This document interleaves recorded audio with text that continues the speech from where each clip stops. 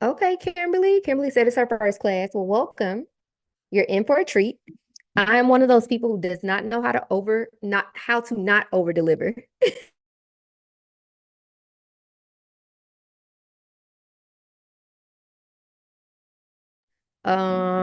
Memphis, Christina. Okay, perfect. All right, let me find my slides and we are going to get started because I do not want to keep you all night. This will be recorded, so I will send you guys the replay when it is over. So let me pull that up and we will get started here. While I'm doing that, anybody else, it's your first time attending the class? Let me know. Let me know. I love to hear it. Let's see. First time, Precious. Hey, welcome.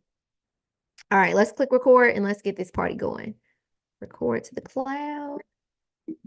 All right, guys. So tonight I'll be sharing my 5-step framework for basically how I went from having like these really consistent, like 4-figure months, $1,000, $2,000, $3,000, and then it would just flip flop back and forth to making consistently 5 figures every single month. And I got to the point in my business where making $30,000 was the easiest thing ever to me. Okay. It was the craziest thing. So that is what I'm going to talk to you guys about tonight. And I am really excited. I hope you guys enjoy because I have lots of things for you. So let me go ahead and share my screen and we will get this show on the road. Let's see, share screen. Zoom updated, so I don't know where anything is anymore. It's just ridiculous. Let's see, share screen. All right, let me know if you guys can see my screen. Ooh, no, hold on. Let's see, let's try that again. Share. Okay, let me know if you guys can see my screen. And I'm gonna make this big for you all. So it could be super duper large and in charge. Present. There we go. Perfect. Thank you, Bridget. All right. So as I mentioned, tonight I'll be sharing the 5-step framework that took me from $3,000 months to $30,000 months as an online boutique owner. So one of the things I always let people know is that I run multiple businesses and people often think to themselves that because I run my own business, that means that I have more freedom and I have more time and blah, blah, blah, blah, blah. But it is significantly harder running your own business than it is working for someone else. And although our goal is to reach financial freedom and time freedom and things of that nature, it does not come automatically. It does not come immediately. And it takes time and effort and money for you to be able to afford yourself those luxuries. So, a lot of the things that I'm going to be talking to you guys about tonight are the things that helped me to start affording those luxuries. When I first started my business, I was very much a slave to myself, and I'm still very much a slave to myself. However, I did not know what to do with my time. I did not know what to do with my money. I did not know what to do with, the space and opportunity that I had. And as a result of that, I often wasted time and wasted money on things that I didn't actually need or that I didn't need for the point of business that I was at. So just to give you a quick overview of me, especially since there's some of you guys who it's your first time being here, I'm not just a self-proclaimed business expert. I worked in retail for almost 11 years before I started my own business. I worked for stores like Michael Kors and Saks Fifth Avenue, DKNY. My first job ever was at Forever 21 when I was 17 years old, right at the end of my high school career. And I always tell people that working at Forever 21 prepared me for every single job I had after that because it is like hell in retail. But I learned a lot while working for a lot of those corporations that I did not even know I would be able to use as a business owner at some point. So in April of 2018, I found out that my job was going out of business. And by November of 2018, I decided that I was going to launch a business of my own. September of 2021, I crossed $500,000 in sales from my online boutique. By February of 2023, which was 16 months later, after hitting that $500,000 mark, I crossed $1 million in sales. And just to give you perspective, because a lot of people ask, how long did it take before I started seeing consistent sales or before I started making money and things of that nature? To give you that perspective, 2019 was my first full year of business. As I mentioned, I started my business in November of 2018, so I really don't count it per se. So I spent that entire year experimenting and making decisions that ultimately helped me to learn the business of e-commerce. Although I had 11 years of retail experience, I did not have any online marketing or online sales experience. And so I had to learn that. There's no other way that I could explain it. I had to learn it. There were a lot of things that I learned or that I was capable of from a sales perspective. But the thing that I had to remind myself was that I was selling to people in person. And it's, for lack of better words, a lot easier to sell to someone who's directly in front of your face. It is significantly harder to sell to someone who you don't actually know on the other side of the screen. And when they don't get to hear, your tone of voice, and they don't know if you're a real person, like there's a layer of trust that doesn't exist online that you have to create. So I had to learn how to do that. So by 2020, this was the first year that I stuck to the decisions that I made. So I spent 2019 experimenting, making a bunch of random decisions to see what would work and to find something that stuck. So by the time 2020 came, I started to stick to some of those decisions that I could actually see were actually working. And this was the first time that I started to truly see money in the bank. So I'm saying it like that because there are a lot of people that I encounter that tell me they're making sales, but then when I ask them, what's your profit margin and, how much money are you seeing in a month's time, they'll say, well, I don't actually see much money. Or they'll say, I don't pay myself, or I can't afford to pay myself, or I just put all the money back into the business. But when we go back to the point of, I want to be able to pay myself. I want to be able to quit my job. I want my business to fund my life. Well, you got to figure out how to manage your money. You got to figure out how to make sure that you're making decisions that actually put money in the bank and that will allow you to be able to pay yourself. And as we just went through, I decided that I wasn't going to get a job after my job went out of business. So I did not have the choice of, I'm just going to put all the money back into the business. I had to make enough money to put back into the business as well as to pay myself. So 2020 was the first year where I started to see money in the bank. And it was not a lot of money at all, but it was money. And it was money I was really proud of. And I could, for the first time, see the type of growth that was about to come my way. So at this point, $1,000 days and five-figure months are a relatively easy task. And a huge component of that is because I have done enough experimenting and taken enough action in my own business to know what will consistently work. There are not a lot of things that I do these days that are like an experiment anymore. It is a lot of rinse and repeat. And because I found things that I can rinse and repeat, I'm able to consistently make the money that I want to make at the end of the day. So let me know in the chat. Give me a 1 if you are still working a full-time job, and give me a 2 in the chat if you are currently working your business full-time. Let me know. I would love to set the room. Let's see. 1, Sharon's 1, Vanessa 2, Khadijah, Kimberly. Excuse me. I got this random cough out of nowhere today. Business full time. Okay. What about the rest of you guys? 1, 1. All right. Perfect. Perfection. Okay. So with this in mind, the thing that I want you to think about as we go through this presentation is, number one, do you want to continue to work that job, or do you want your business to fund your life, right? But I also want you to think about how much you want to pay yourself, even if that's just being able to pay yourself the amount of money that you get paid from your job right now. So what really helped me to start thinking more strategically about my business and the decisions that I made from an inventory perspective and pricing perspective and discounts and promotions and so on and so forth was me remembering that I wanted to pay myself. Okay. And then secondly, remembering that I wanted to pay myself a specific amount of money, and not even like a want, but a need. Like I needed to be able to pay myself a specific amount of money. So when you're thinking in money terms, instead of just thinking in, oh, I want this amount of orders, that's the thing that people say to me often. I want, if I could just get 3 orders per day, or if I could just get 5 orders in a week or whatever. It doesn't make sense for that to be the goal that you're shooting for, because at the end of the day, your ability to pay yourself the money that you want to make is a money decision. It is not a orders decision at all. Okay. Sharon said, I want to quit my job and my business to fund my life, period. Okay. So let's get this thing started. And we're going to start breaking down these 5 things that really helped me to start making a true difference in my life and in my business and ultimately in my bank account. Okay. So these are the things we're going to be discussing. These are the things that help businesses make money, not just make sales at the end of the day.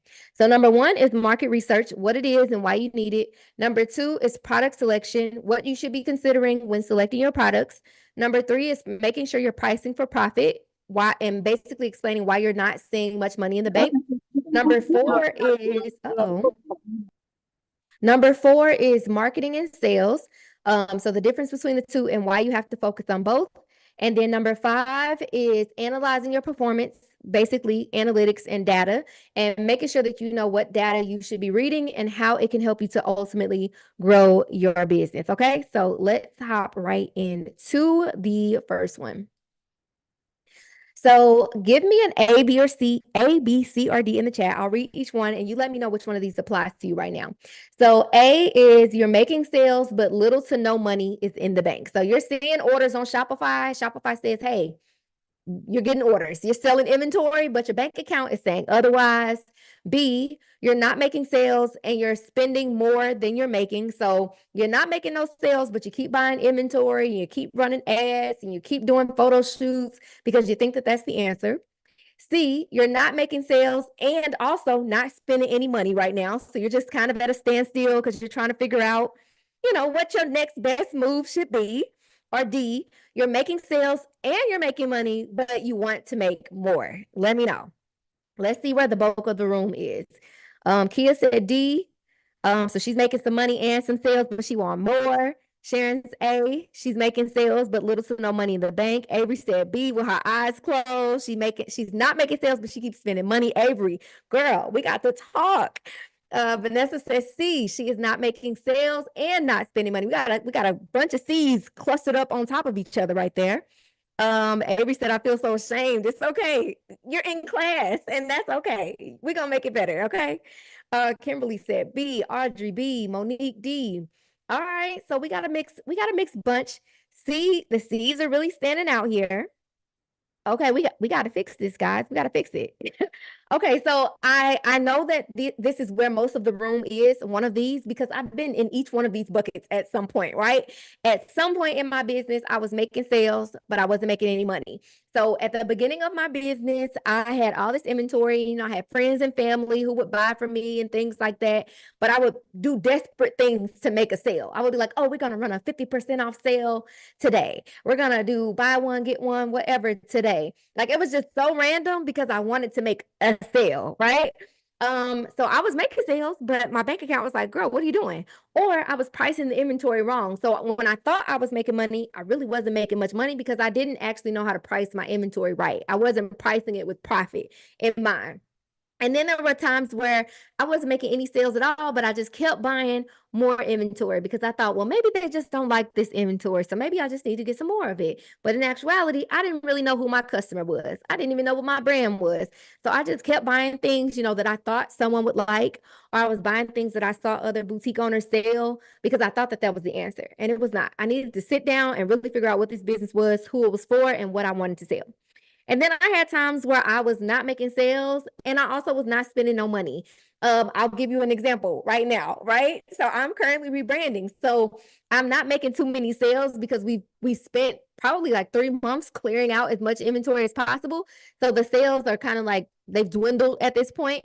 But also I'm not spending no money because I'm rebranding. I don't have anything to necessarily spend money on in this moment. So I've had moments of not necessarily being unclear, but sometimes going in a different direction. But there have been times where I was unclear and didn't want to spend any money.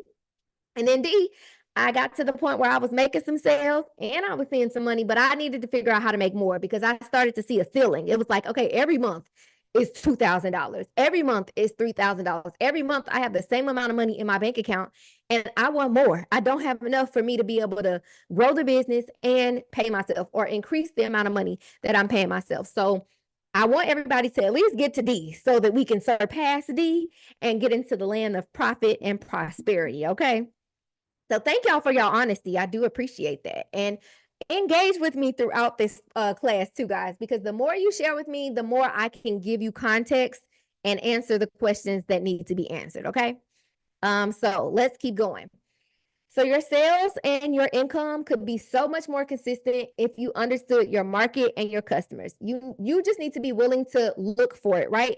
So the thing that I've realized is, number one, typically we decide we're going to start a business, boutique, skincare, hair care, hair extensions, so on and so forth, but we typically don't have any type of like idea of the differentiation that will exist within that business, or what the positioning for that business will be. So positioning is basically like, how will my business be positioned up against all the rest that sell the exact same thing that I sell? So I think about the fact that there are so many boutique owners that sell merchandise from Zanana, right? I myself included. So when you think about those things, it's like, what am I doing that's just so different than the rest of them? If there's nothing, then my sales and my income may be pretty inconsistent, because they can go elsewhere to find that inventory. They can go shop with someone else if they would like to, right? So number one, we got to figure out what our market is and actually do research to clarify what this market consists of, what people actually care about in this market, what works in this market. But also you have to know your customer. The most neglected thing that occurs for business owners is understanding truly that they need to understand people, right? So what happens for a lot of people is they create a buyer persona on paper, and they say, this is my ideal customer. She is a woman between the ages of 25 and 34, and she lives in a big city, and she drives a luxury car, and she likes to take vacations, and she likes to brunch, and she has a dog, and she has 2 kids, and she has a husband. Does that sound like anybody's buyer persona? I'm sure it does. So we have all these lists, or this list of all these things, but then when it comes to marketing, we really don't actually use any of those things to our advantage, right? To attract that person. Or we didn't even know that we were supposed to use those things to our advantage for marketing purposes. And on top of that, we've never actually went and talked to someone who matches that description, or even found someone who matches that description, so that you can make sure that the decisions you're about to make are with a real person in mind, right? So what you need to do is called market research.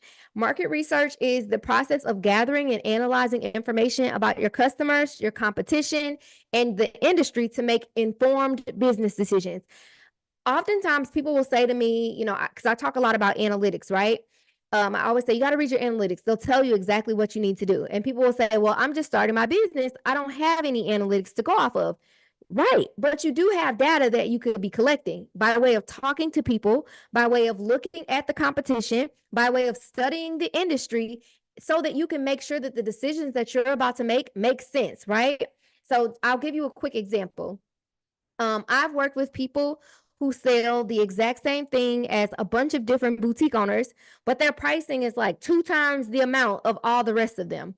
Or for example, they tell me that their ideal customer is this middle-aged woman who is middle class, works a middle class job, or so on and so forth. Like, she's a regular woman, right? And then I'll look at their pricing, and it's like $150 for this and $125 for that. And it's just like, ma'am, who's paying that? Or even higher price, right? So if you had taken the time to actually study the industry, study the market, talk to consumers, study your competition, you likely wouldn't have made a decision about pricing without, taking a real person into consideration.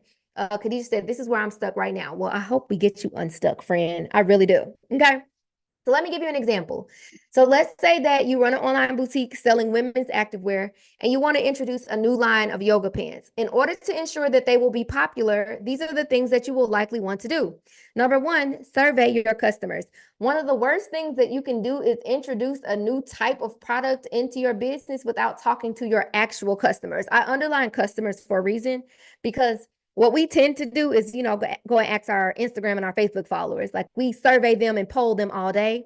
And while they may be happy to give you a reply and give you their opinion, we know that most of them are not going to buy a single thing. They just love to be heard. They love to share their opinions. What we want to do is talk to our actual customers.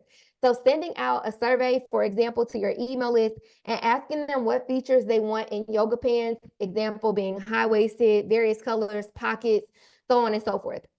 There is a brand that I follow. It's called Pop Flex. I'm gonna type it in the chat if anybody wants to go look at it.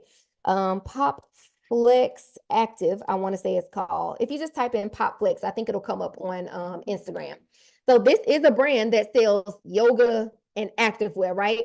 It was started by a young woman who was a Pilates instructor, who I obviously started selling clothing for her audience. One thing that they do extremely well is market research. Literally, if you scroll through their page, you won't just find pictures and videos of their products. You will also find them constantly doing market research. The designer or the owner, she'll say, okay, guys, we're thinking about launching a whatever, and this is what we're thinking. It's going to have pockets, and it's going to have this, and it's going to have that. Let us know in the comments what you think. And she gets so much engagement and so many replies, yes, from her followers, but a lot of her followers are her actual customers.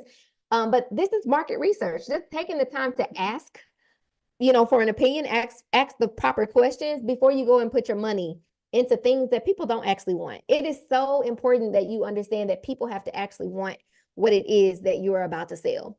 A second thing that you'll want to do is analyze the competition. Visit your competition's websites to see which yoga pants are best sellers and read customer reviews to understand what people like or dislike. So depending on who you consider to be your competition, their website navigation may be extremely organized. So you may be able to go straight to the menu and type in yoga pants, or go straight to the, bottoms collection and it has a drop down menu for yoga pants, right? Potentially. So from doing that, you may be able to, one, see all the yoga pants that they have available for sale, see all the colors, see all the pricing. You can toggle that collection from highest to lowest price, so you can see the pricing for them. And then you can also go in and read the reviews. So there may be some that don't have any reviews. You can maybe take that as an indication that maybe people don't like that. Maybe they're not selling as many, but there may be ones that have a ton of reviews. You should take that as an indication that people really like that. So clarifying through reading the reviews, what is it about them that people like? They may say, I love these because they make my butt look big. Or they may say, I love these because they make me look more curvy than I actually am. Or they suck in my stomach, or they suck in my fupa, or whatever. Like, whatever, you want to know what those people have to say about a product before you choose to sell it, right? The last thing that you can do is check industry trends. So looking at fashion industry reports or social media trends to see if there's a growing interest in specific styles or features in activewear. So I'll type another thing in the chat for you guys. If when we get off of here, go to Google and type in Google Trends. Google Trends will basically allow you to type in any word or phrase, and it will show you whether or not people are actually searching for that word or phrase actively, and it'll show you how much growth or decline there has been in that word or that phrase. So for example, you can type in activewear, but then you can also type in yoga pants, right? And it's going to show you this is how many people are actually actively searching for that. And it'll show you like these are other things that they're searching for in relation to that. It'll say in the last 7 days, we've seen a huge incline in that, or in the last 7 days, we've seen a huge decline in that. Even that is important for you to know, because social media is not the only way for someone to find your brand. They can find your brand through Google. They may be going to Google and searching yoga pants with pockets, or high-waisted yoga pants. So if you can clearly see that there's a huge jump in the amount of people who are searching for that, imagine how much more valuable it would be for you to have that for sale right now than it would be for you to have it for sale and there'll be nobody that's searching for it, right? Hopefully I'm making sense. Give me a 1 in the chat if this is clicking for you thus far. And we're going to keep going. Excuse me. Perfect. All right. Thank you, Christina, Vanessa, Sharon, Marielle. Love it. Okay, perfect. Let's keep going. So as it pertains to market research, there are 2 paths you can take. Number 1 is you can test it first. Number 2, you can research it first. So if you're going to go the route of testing, you can create an idea or come to the conclusion of an idea you have and reach out to real people to test your business idea and assumptions. You can push that idea into the market based on your findings from the consumers. In my opinion and in my experience, this usually leads to quicker sales. Why? Because you took into consideration what real people had to say about it versus you making a decision based off of your own preferences and expecting it to work. So, have you guys ever been in the mall and you got stopped by this random person with a clipboard in their hand and they said, hey, can we borrow 30 minutes of your time and we'll give you a $50 Amazon gift card if you take our quick study? That's market research. Some brand somewhere paid a market research company to literally stop people in the mall nine times out of 10 who looked a certain way, who potentially aligned with their ideal customer base, they said, hey, we need you to stop as many African American women who look like they're between the ages of 22 and 48. And we need you to ask them these questions. And in exchange for that information, we are going to give them a $50 gift card, right? So these are examples, or this is an example of a brand saying, hey, let's test it first. Before we go and spend our money and do all the things or whatnot, we're going to say, hey, what do y'all think? Should we do this? Should we not do this? And let's say they research, and no, let's say they survey 50 people, and let's say 45 out of 50 say, I would never buy this. This is a dumb idea. Well, that would be great for me to know, because I don't want to go and spend my money on the things. And 99% of the people we surveyed said, no, especially if these are my ideal customers, right? So testing is super duper key. Jasmine said no, but them people that sell the flat irons are, yeah, the people that sell the flat irons are pretty diabolical. They'd be like, can I straighten your hair? Ma'am, please. I don't want heat damage today. So on the other side, you can research it first.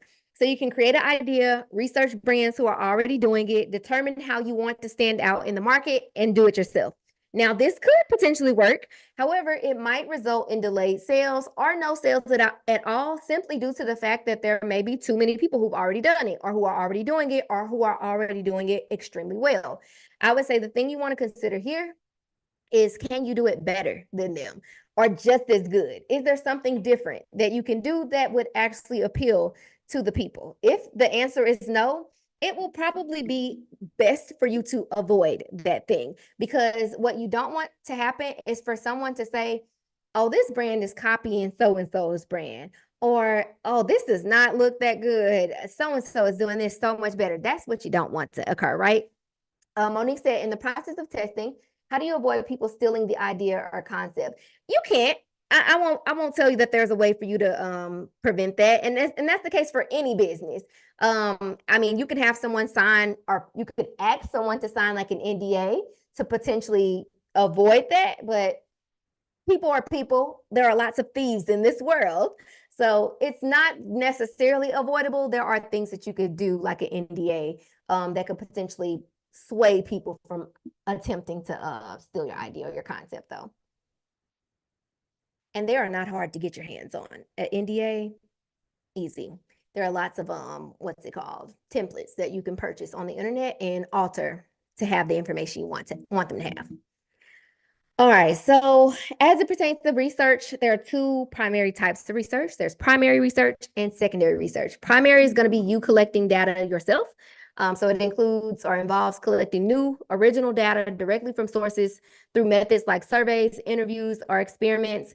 I find that hair care brands and skincare brands and things like that typically do primary research, because it's very hard for you to use somebody else's research where they did, a test with their ingredients and things like that, when you got different ingredients in yours. So you would typically want to do primary research and allow other people, real people, to test your products beforehand. But then you also have the option of secondary research, which involves analyzing existing data that has already been collected by others, such as reports, studies, and articles. Google is filled with studies and reports and articles that you can read about a multitude of things. You could literally go to Google and type in like best skincare brands in 2024. That would be an example of you researching brands, potential competition, and brands that people actually love. You can go to Google and type in projected retail sales for clothing in 2024, and then ask it like projected activewear sales for 2024 to give you perspective around how big of a market you are getting ready to enter into.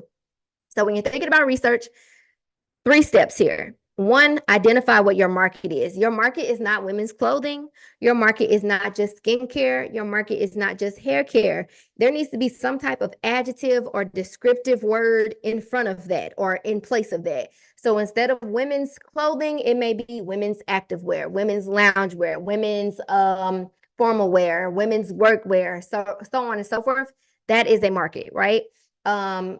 And then as far as gathering data, you want to clarify what kind of data you want to collect. So do you want to collect data about pricing, fit, sizing, colors, maybe all of the above, so on and so forth, and then analyze and apply. So after you have collected the data, you want to actually read the data and use that data to make a decision about what you will do, and also, even more importantly, what you will not do. Because I always say it is so much more valuable to make a decision about what you don't do and what you don't sell than it is to clarify what you do sell, right? Because typically when we clarify what we do sell, we leave room for a lot of decision, right?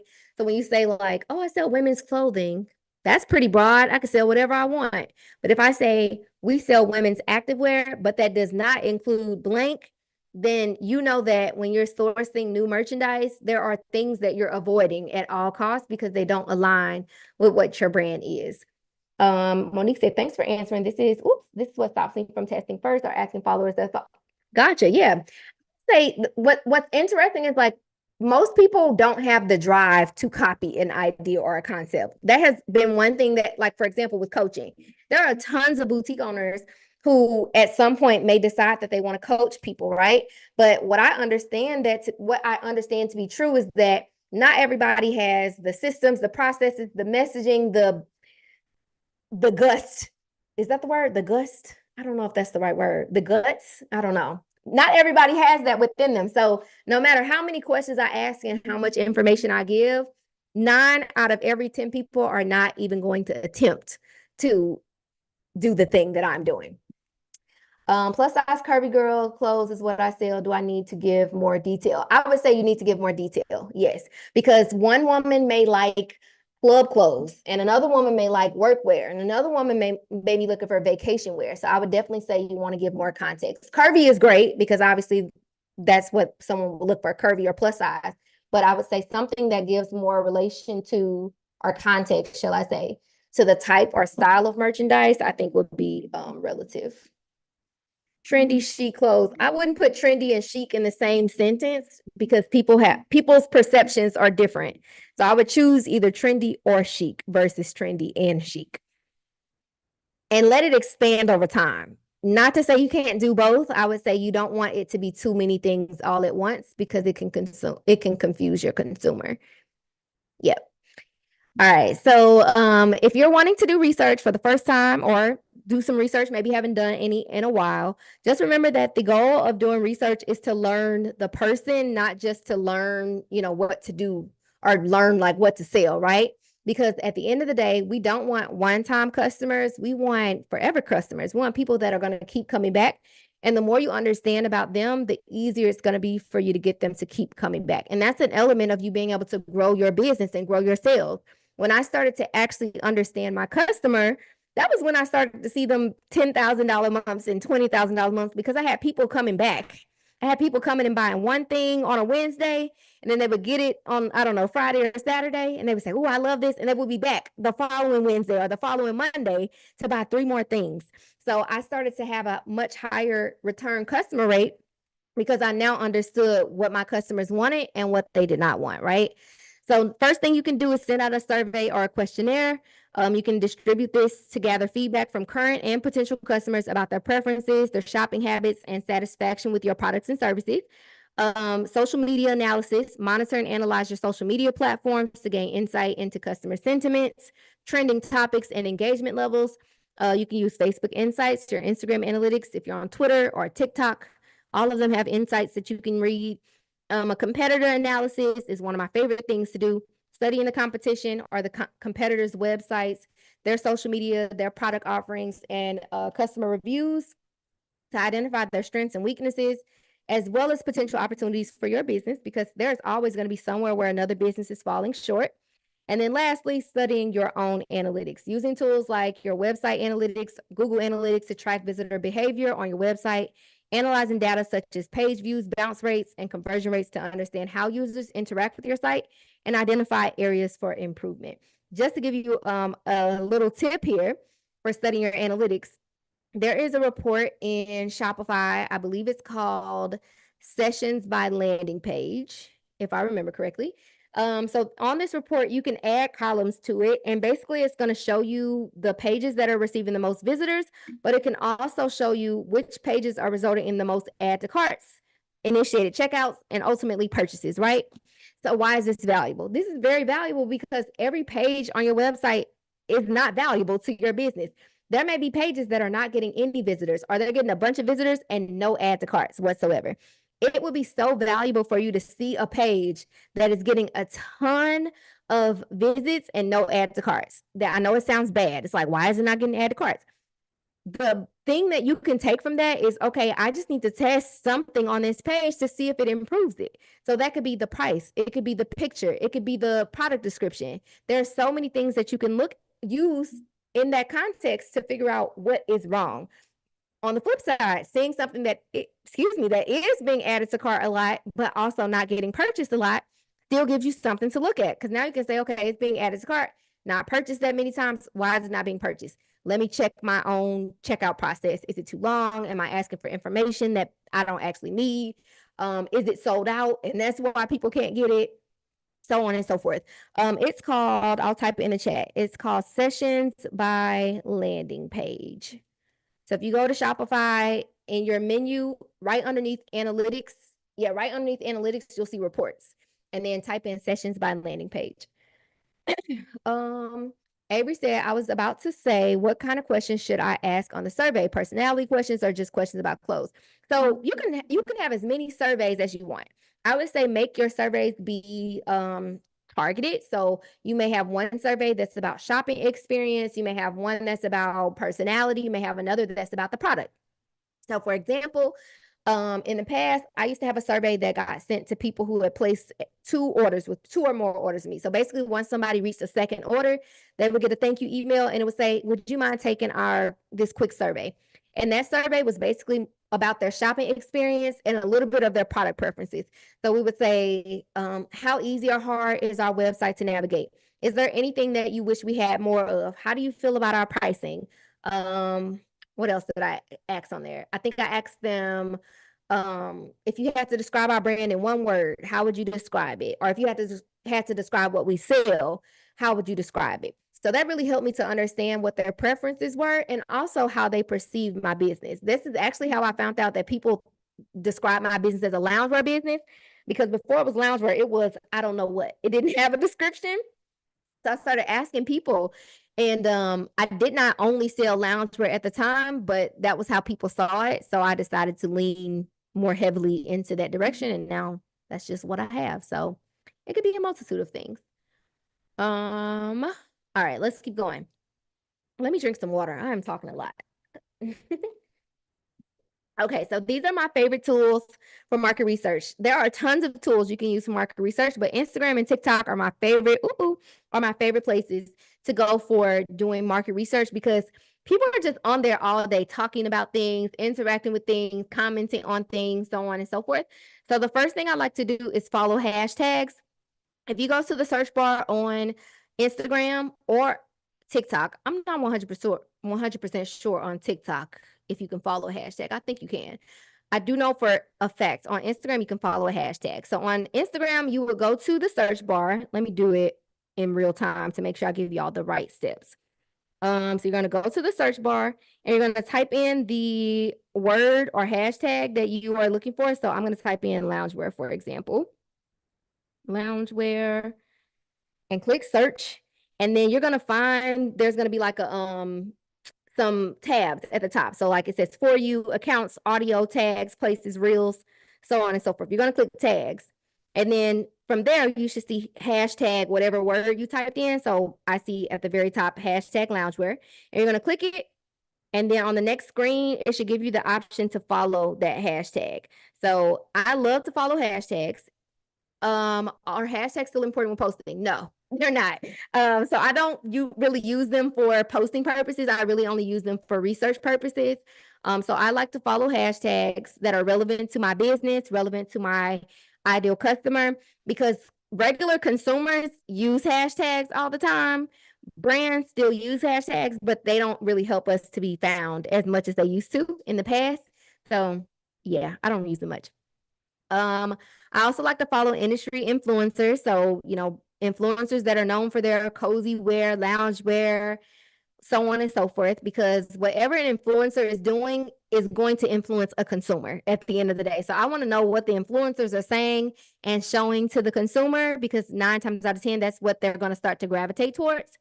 Number 3, I like to analyze remarks about competition. So I'm literally in their comments all the time to see what people have to say about them. And I also, especially on TikTok, will type in the name of a brand that I consider to be my competition so that I can see the content that's being created about them. I do this on YouTube too. So I look and find like when people do hauls and they show like, all the things that they bought. And also when they share like the bad things, like, I ordered this stuff and it didn't fit and blah, blah, blah, blah, blah. I want to know everything. What's good, what's bad, what's working, what's not. And then lastly is following the competition. So every brand that I consider to be my competition, I have my post notifications turned on for, and I see everything that they post, every reel, every post, every story, every time they go live. I am there front and center to see what they're doing and how it's working, but more so to see what people are saying in the comments as that's occurring. On TikTok, you are unable to follow hashtags. Thank you, Raina. I was not sure. Thank you for sharing. So these are my favorite things to do when it comes to market research. All right. So making product decisions without ever doing market research is how you end up with inventory that no one seems to want to buy. People have to actually want what you're selling. Is there any, give me a 1 in the chat if you feel like people just don't want what I have. Like you just have all this inventory and you're like, nobody wants this. What is happening? Avery said 1. I have been there. Okay.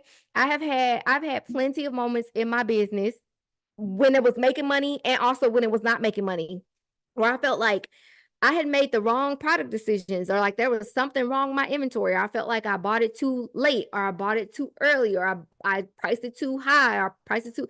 I was just trying to figure out what the problem was. And the biggest problem was that I never talked to a single human being. I didn't know if these people would like this or not. I had no idea. I was buying, at one point in my business, I was buying inventory with my own personal preferences in mind. And then another point in my business, I was buying with what other businesses were selling in mind.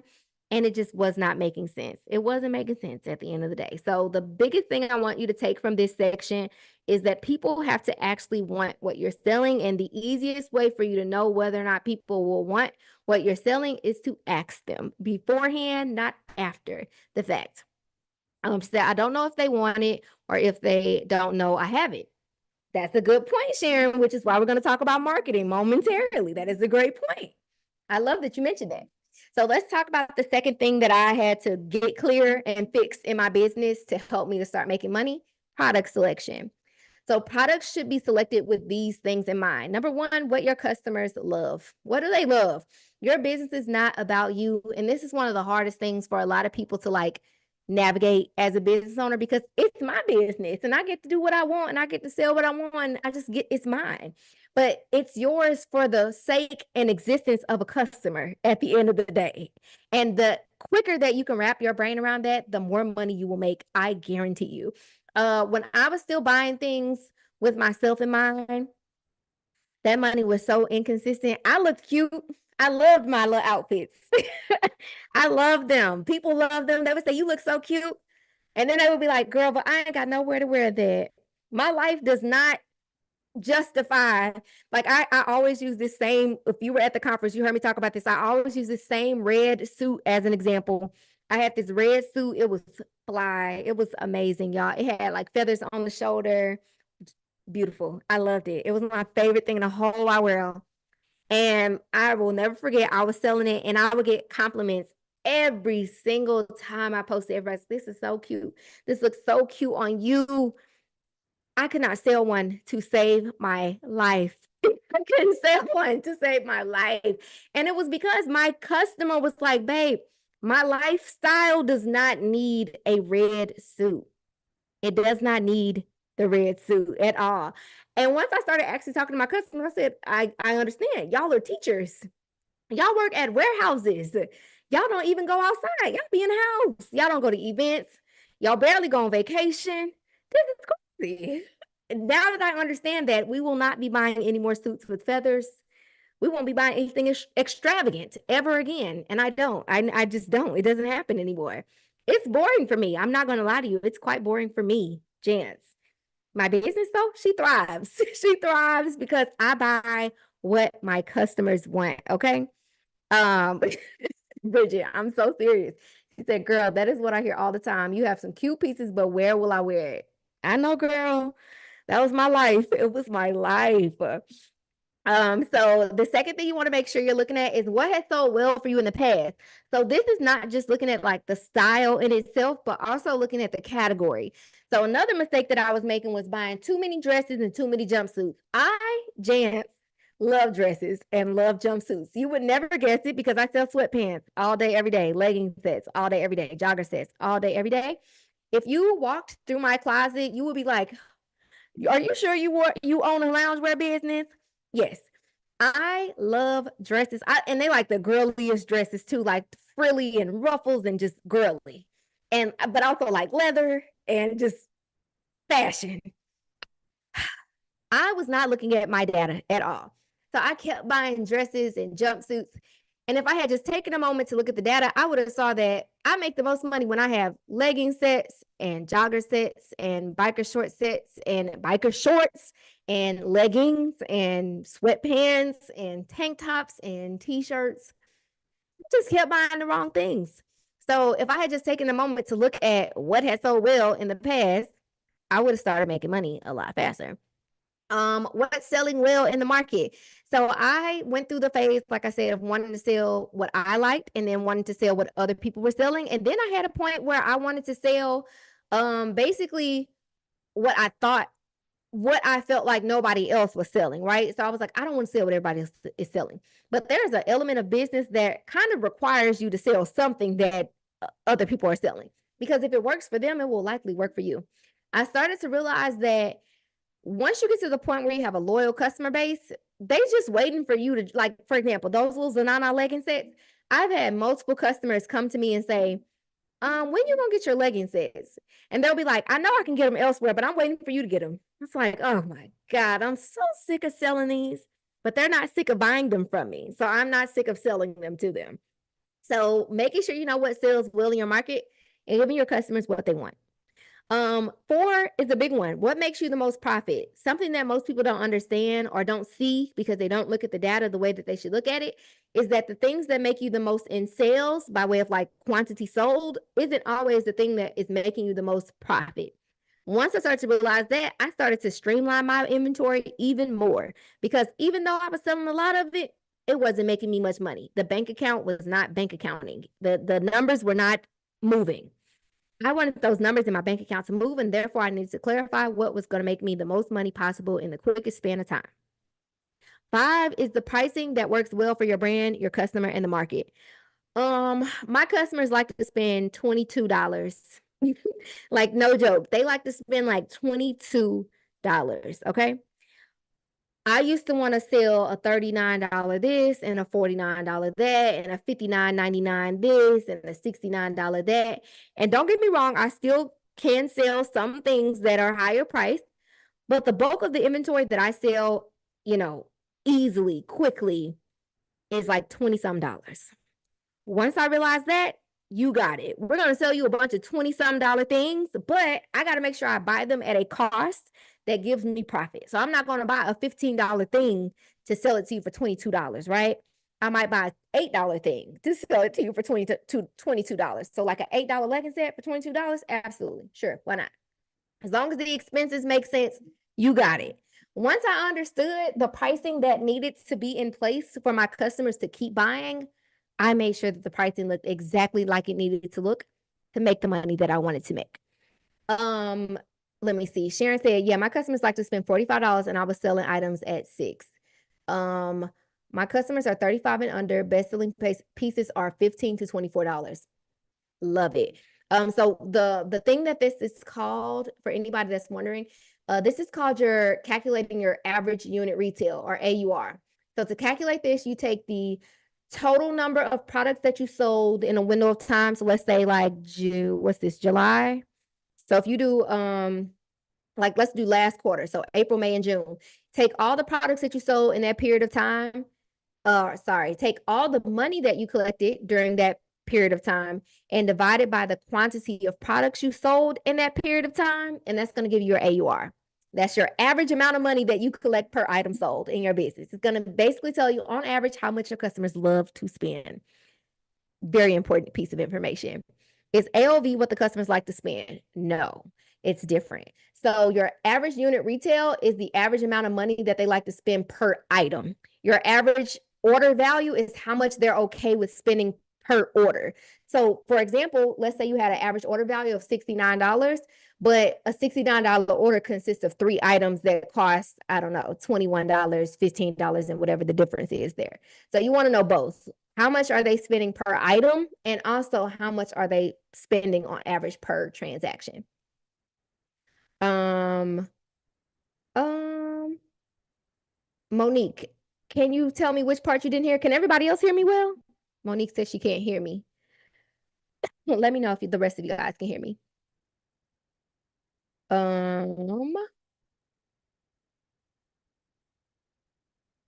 Okay, let me know which part you didn't hear. Loud and clear. Okay, thank you. Girl, I got my real mic, okay? Let me know which part you didn't hear, Monique. And I'm gonna keep going here. So the next part is seasonality. Sometimes we buy things too late in the season. For example, this is summer, right? So people are actually about to start buying for fall. They're going to start buying for back to school, for their fall wardrobe, so on and so forth. So they're not necessarily looking for another spaghetti strap dress. They're not necessarily looking for another swimsuit, right? Now they may if they're taking a vacation or whatever, but the large majority of people are going to start buying for fall. Like August signifies for a lot of people fall. So with that in mind, you want to make sure that you're not buying things emotionally, like, oh, I think, it's still nice outside. It's still summer outside. I think I can sell it. Like, you got to be real confident that you're going to be able to sell it. If you're not real confident, don't bother. Okay. It's a little too late for that. Unless you have a customer base that lives in a warm climate, then that will work for you. If you do not have a customer base that lives in a naturally warm climate where it's going to be warm for significantly longer, avoid at all costs. Don't bother. Let me see. Monique said how to get your AUR. So to calculate your AUR, you're going to take the amount of money that you made and you're going to divide it by the total amount of products you sold in that period of time. And that's going to give you your AUR. But your average order value is a flex. Oh, wait, your average order value is a flex. It can go up and down best to price items accordingly. Yes, exactly. Exactly. You're welcome, Monique. So next after seasonality is inventory, sell-through, and turnover. We're going to talk about that a lot more in detail in just a moment because this is one of the most important things that I had to wrap my brain around. And in all transparency, I did not wrap my brain around this until I hired somebody to help me with inventory strategy because I got to a point where I was selling things quick and I was selling out really fast. And I was just like, I don't understand why my sales are like up and then down and then up and then down. So we're going to talk about that in just a moment. Supplier reliability. There's going to be some suppliers that just aren't best for your business. I always use Latisse as an example here. I don't know if any of you guys shop with Latisse at all. I used to shop with Latisse in the past because it was very my vibe. But most people that I talk to will say, Latisse is just not worth the money that I have to pay. And I end up trying to sell this item for $159, but I am not able to sell it until I mark it down to $89. If you know that that is the case, why do you keep buying it? Bypass it at all costs. Or if you realize that their items just every single time you get them, they don't have stretch, or like your customer got a size up, not one size, but 2 sizes every single time, that's not a reliable vendor. And you keep putting your money towards something that it really does not make sense for you to keep putting your money towards. Your vendors need to be extremely reliable from a quality standpoint as well as a deliverability standpoint, because ultimately their mishaps can impact your sales. And the last thing is brand alignment. So this goes back to knowing exactly what your brand is and being clear about what you sell. If you're clear about those things, then you're going to naturally make sure that your product selections align with what your brand actually is. Okay. Let me see. Jasmine says, so what if all I have is summer clothes and no sales? You probably need to discount it. Have you discounted it? It probably just need to go at this point. what people do love is a end of season sale. They love it. They're like, oh, I can get this for 50% off. I can buy one, get one free. Love it. Latisse is an expensive vendor with sizes that don't fit the true curvy woman. Yeah, exactly. Exactly. And people just keep buying. I'm like, stop buying it. Stop giving those people your money. So, as it pertains to inventory, you have two jobs: buying and inventory management. Okay. Problem for most people is that they're great at buying, they're great at spending their money. I always joke and say, like, I used to, and I'm sure y'all also fall into this boat. I used to literally flutter my eyes open in the morning, grab my phone, and instantly log into Fashion Go in LA showroom. It was honestly like a disease. I'm like, girl, you have to let it go. I was married to Fashion Go in LA showroom. Before I could even roll over and say good morning to my husband, I was on the phone trying to see what new inventory was available and filling my cart. It was ridiculous. Okay. So I was really good at buying and I was not great at managing my inventory. And that is what we have to talk about here, because it is the inventory management that gets a lot of people in trouble and that stops them from filling their bank accounts with money. Okay. Except my problem. I've been there. Okay. So let's talk about the difference between the two, because I know it may sound self explanatory, but I guarantee you that it is not. So, buying is the process of purchasing products or materials that your business will sell. This involves selecting items, negotiating with suppliers, and placing orders, right? I should have highlighted negotiating with suppliers. You can negotiate these prices. Now, everybody's not going to say yes. Some people will be like, absolutely not. You can negotiate these prices. Sometimes 50 cents makes a world of a difference. Sometimes a dollar makes a world of a difference, especially as you start to grow in business. Especially if you're buying, well, I won't say Zanana. They do not negotiate. They're the worst negotiating business ever. But a lot of vendors are willing to give you some wiggle room, especially when you're talking to them through like a WhatsApp versus ordering online. So one of the things I learned really early on, actually that I learned from my last job, was the importance of having vendor relationships and not just ordering from them online. So for me, that looked like going to the fashion district really early on and going into the showrooms, introducing myself, asking for a business card, asking them if they were on WhatsApp. And instead, when I would log on to Fashion Go and see the merchandise that I want, instead of me ordering it online, I would send them a message on WhatsApp and say, hey, is this in stock currently? Is it ready to ship? And they would say yes, or they would say no. And I would say, okay, how much is it? And ironically, online, it might be $22, but buying it from them, they might be like, it's $20. You don't say. Cool. And I would say, well, I'm thinking about getting 3 colors and maybe like 2 packs of each color. Do you think you could do it for $19 instead of 20? And they'll be like, absolutely. Now, again, some of them might say, we could do 19.50. Cool. I'm not going to be opposed to that because either way, I'm saving money here. So I started understanding that buying wasn't literally just the act of placing an order.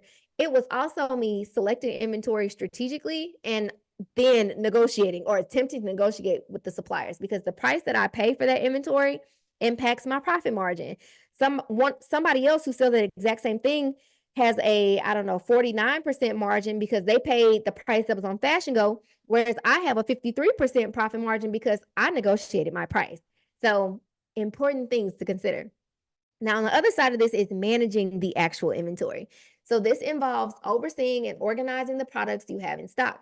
This includes tracking inventory levels, storing products properly, organizing them in your back end, and ensuring items are replenished and discounted when needed to avoid overstocking or running out of stock. Okay. I should have highlighted some words in here. We're going to start with organizing. I did highlight that one. So when I say organizing, I don't just mean organizing it on a shelf somewhere. I mean, organizing it in your back end. So I have a screen grab, maybe like 1 or 2 slides in a moment that'll show you what I mean by organizing your products in your back end. One of the biggest downfalls of growing a business is when your products are not properly organized and categorized in your back end. You need to be able to look at your inventory reports and use them to make decisions, but you can't do that if your products are not properly organized. On top of that, managing your inventory is not just managing them in the back end and making sure the numbers are accurate and things like that. It's also discounting them when necessary. You need to let inventory go. Okay. In every single one of these classes that I do, I always have somebody who tells me that they don't offer discounts. They don't do promotions because they're scared that their customers are going to become dependent on a sale. And I always have to tell them that you're doing your business a disservice because you're literally packing up your cash. Okay. I don't care about your 72 customers who may become dependent on a sale, because there are 7 billion people in the world who have no idea that you ran some sales at the end of the day. So when you choose to strategically discount your inventory, you're managing your inventory well. Your inventory isn't one singular product being sold at a time. It's all of your inventory collectively. Your inventory collectively has a value. Right now, it might say your inventory is valued at, let's say, $20,000. That means that if you sold that inventory at the pricing that it is at, you would make $20,000, right? But your inventory as a whole also has a cost. And it might say your cost of goods right now is, I don't know, $7,500. That means that 7,500 of your dollars is sitting in unsold inventory. That is a wide range of space, though, for you to be able to discount. If you spent $7,500 on the inventory and it's valued at $20,000, that means you have, what would that be, $12,500? Yeah, $12,500 worth of room to be able to discount and play around with promotions and things like that to help you to move that inventory. But the problem is when you don't know your margins, you don't know the profit margins, you're not looking at the numbers. That's typically when you decide, oh, I can't discount it. I can't move. I can't do that. I'm just going to pack it away. And that is one of the silliest things that you can do. Okay. Last part being managing your inventory is making sure that you avoid being overstocked and understocked. So there is a such thing as having too much inventory, especially if that inventory has been in your possession for too long. In my book, too long is 90 days. That's a long time for you to be holding on to inventory, because typically 90 days is a season. Especially if we're talking like seasonality terms. That's a long time. And you should never come to the conclusion that the best decision is for you to pack that inventory up. Silliest thing that you could ever do, because it's literally you packing up your dollars. We want those dollars in our bank account. We do not want those dollars packed up in a box or in a bin for a year. Okay. And then running out of stock is a problem, because when you run out of the stock that you actually need, that means your money slows down. If you have things that are consistently selling out or selling really fast, that's the indication that you're not buying enough to begin with, which was my problem. Once I started getting to that ceiling of making the same amount of money consistently, a huge component of that was that I was selling out of inventory too fast. And sometimes I was unable to restock it because the vendor was already sold out, or I was just too late. Like, they had already bought it from somewhere else. So you got to order more. I had to get out of that like scared mindset of, what if I don't sell it in 30 days? Or what if I don't sell it fast? And I had to tell myself, like, the goal is not to sell it fast. The goal is to keep making money from it. Literally, I don't know why that didn't click. I used to want to sell things fast because in my head, it's like, make the money as fast as possible.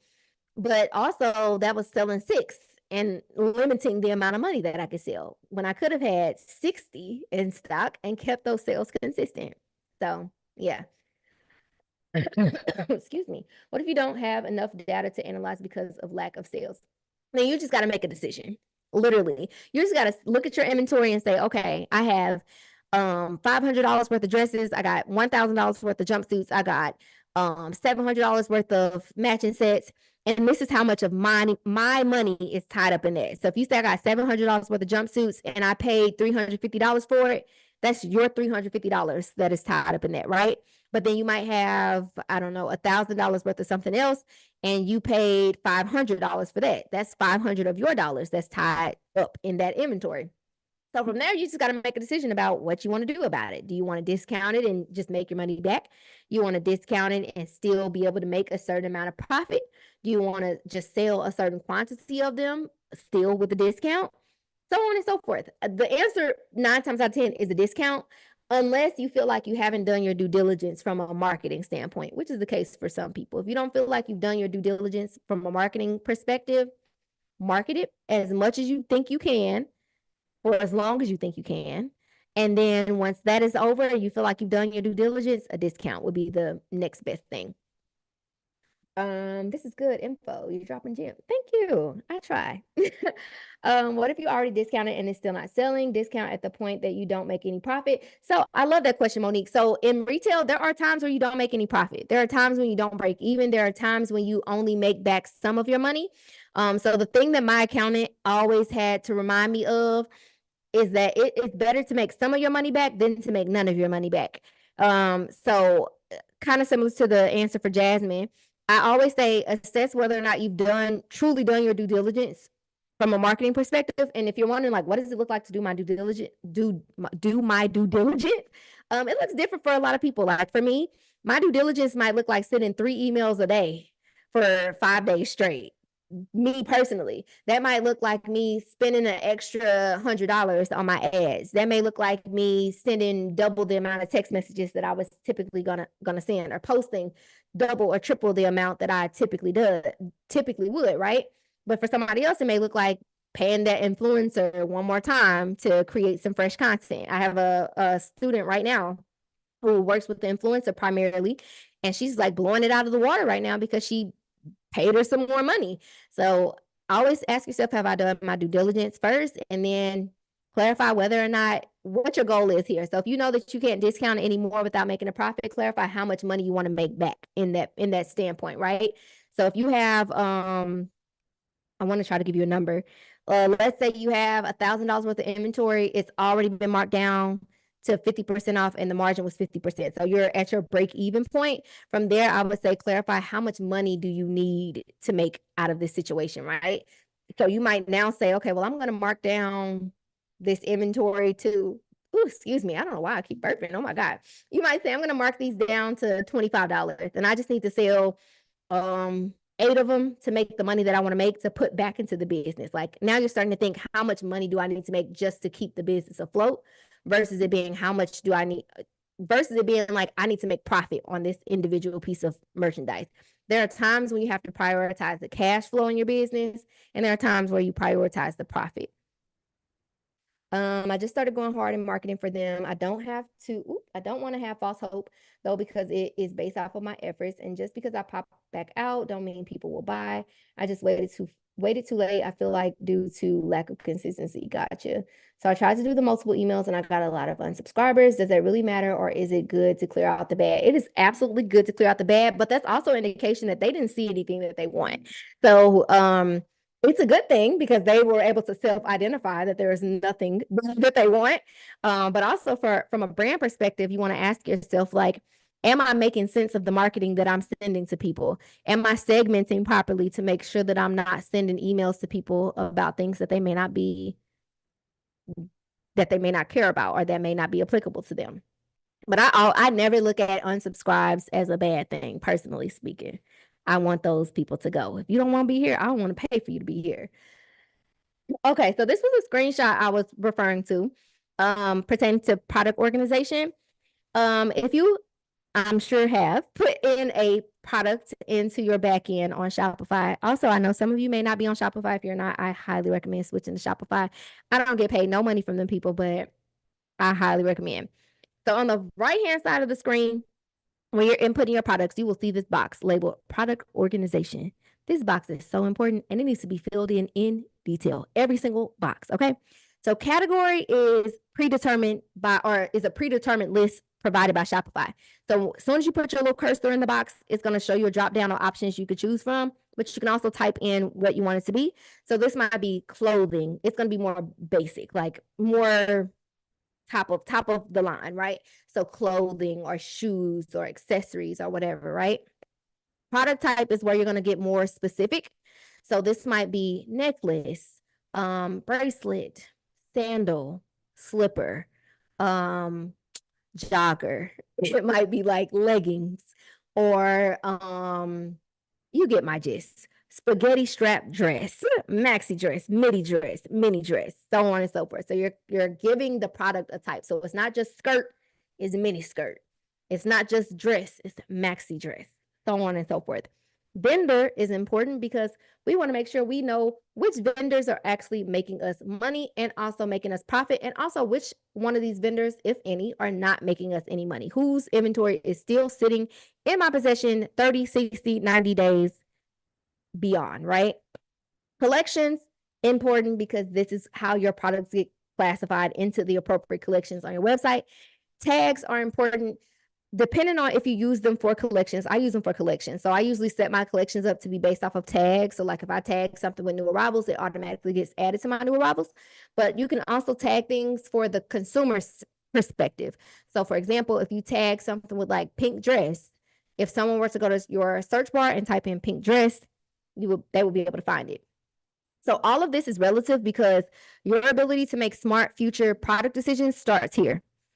If you go into your reports right now and you've never filled any of this in, it's going to say unknown for product type, unknown for category. For vendor, it's going to say your business's name. Your collections, your tags will show up if you've been putting things there, obviously, but all the rest of that's going to be empty. That's not helpful to you. You want all of that to be filled in so that when you go and look at your reports, you can say, okay, bottoms have made me however much money, and specifically, mini skirts have made me this amount of money, and leggings have made me this amount of money, and shorts have made me this amount of money, so on and so forth. So the fields in the product organization box will ensure that Shopify is able to accurately reflect what is and is not selling, not just by individual style, but most importantly by category, type, vendor, collections, and tags. You will literally be able to filter your reports by any of these things. So now when I'm going to buy inventory, let's say for the spring compared to for the fall, I'm looking to see what product types I should buy and what product types I should leave alone. So for example, I mentioned like how I found out dresses and jumpsuits really weren't for me. I couldn't see that in my data before because I wasn't classifying dress, jumpsuit, so on and so forth. It was just this the product name. And that's all I had to go off of. But when I was able to see, you sold thousands of bottoms and you sold 27 dresses, I was like, God, I don't need no more dresses. It's crazy. So you want to make sure you're giving yourself a fair chance in being able to make smart product decisions by way of properly organizing your products in your back end. Can you repeat the part about Shopify? Is this, yeah, this is in Shopify. So when you are inputting a new product, this will be on the far right-hand side of the page. So on the left-hand side, you will see the area for you to put in like the price that you're going to sell it for, your cost, which is another important thing. Make sure you put your cost of goods in there because that's the only way Shopify is going to be able to tell you the profit margin on the inventory that you're getting ready to sell, and also what the profit was on it when you actually sold it. So, if you gave a discount or promotion, it will be able to say, okay, well, when you put this in, you said it was $5. And even though you intended to sell it for 10, you actually sold it for 8. So it's going to tell you exactly what your profit margin was at the end of the day. So I was messing up with vendor. I was putting my boutique in that section. Yes, girl, put your actual vendor's name in there. Game changer. I was like, Latisse, y'all got to go. We ain't never selling that again. Are you keeping the names of the different vendors on your items, or do you change your? No, I've never changed the labels on my boutique clothes. I may now that I'm like deep in business, but no, I've been in business almost 6 years and I've never changed the tag on a single item ever. All right, so here's an example of one of those reports. So this report is called Sales by Product. And this report displays the breakdown of your total sales of the products that you sold, and it doesn't include shipping. So keep that in mind. So just looking at this, for example, this was for one day. You can change the date range. This was specifically on April 22nd of 2024. So as you can see, there's a column for, this is a great example. So you see the product vendor column, it says my boutique's name because I didn't put the vendor in there, but that's because pretty much all my inventory is from the same vendor at this point. So I don't really have to look at the vendor no more. I just know it's from Zanana at this point. However, moving forward, I will have to put the vendor in there. So the second column is product type. So you can see tops, bottoms, and you see NA, that means that I didn't put in a product type there. So that's what I was saying. Like if you're not putting in product types, it's going to say we don't know what the product type it was. We have no idea. Net quantity. So I can see total quantity of products I sold on that specific day. But then, how many I sold of each individual style. right underneath the date, the April 22nd, there's a little filter button. That's where you can change, or you can click there to change what columns you want to be shown. Actually, no, I'm sorry. This is where you can filter by product, for example. So you can say, show me all of the products that have this title or that have this product type, so on and so forth. On the far right hand side is the columns. So if you wanted to add in a column for these are all the columns that you need. But like, let's say that one of these columns wasn't there, that's where you can add in a column. So I love looking at the reports and like a true breakdown of what's happening in my business. So for example, I could take out the column for product title, take out the column for product vendor, and just keep the column for the rest of the columns. So it would prioritize it based off of product type. So if I didn't have the titles of the products, it would say like, this is how many tops you sold, this is how many bottoms you sold, so on and so forth. What field do you put the style number in? I typically put it in the SKU number, which isn't technically right, but I don't scan any of my products. Like I don't use barcodes. So typically you will put the SKU number. No, actually, that's right. I put the style number in the SKU box. There is a totally separate box that would be for barcodes, and I don't need barcodes, but I put in the SKU number or SKU. I don't know if it says SKU number or just SKU. But this is a report that everybody should be looking at. Top selling products, and filter the report so you can see it in a multitude of ways. So filter it so you can see the product title, then take out product title so you can see the product types. If you have not been putting the product types in, I'm happy to tell you that you can go back and put the product types in for all of your past inventory or the inventory that you care to see. Like if you go in my reports, there are thousands of products that still to this day say unknown because I sold them in like 2019, 2020, and it just wasn't worth it for me to go back and put them in. But I went back and put a lot of those product types in so that I could accurately see the reports, and it was really helpful. Okay, so cash is what we want, okay? We don't just want sales. We don't just want Shopify to say you made 50, you got 52 orders today, and it says you made, I don't know, $2,500, but then your bank account says, well, $2,200 ish came in the bank account, but then it also went back out because you had to pay for the shipping, and you also had this inventory that you paid for. And you had to pay for shipping, and you had your processing fees, so on and so forth. You don't want money to come in or go out just as fast as it comes in, right? So cash flow and inventory management are two of the most important elements to control in your business, because if you can't control those two, you can't control the money in the bank at the end of the day. And let me say, getting an accountant is so important. You may not need it right now. If you got like a QuickBooks account, that will suffice. At least, at a minimum, get a QuickBooks account so that you can accurately see your spending in a month's time, quarter's time, year's time. But at some point, you need to add an accountant into the line items of your budget, because them people are very smart, and they get paid nicely because they're smart. Okay. So let me define these two things for you, and I'll give you an example. So cash flow is the movement of money in and out of your business. Positive cash flow means more money is coming in than going out, while negative cash flow means more money is going out than coming in. So here's an example.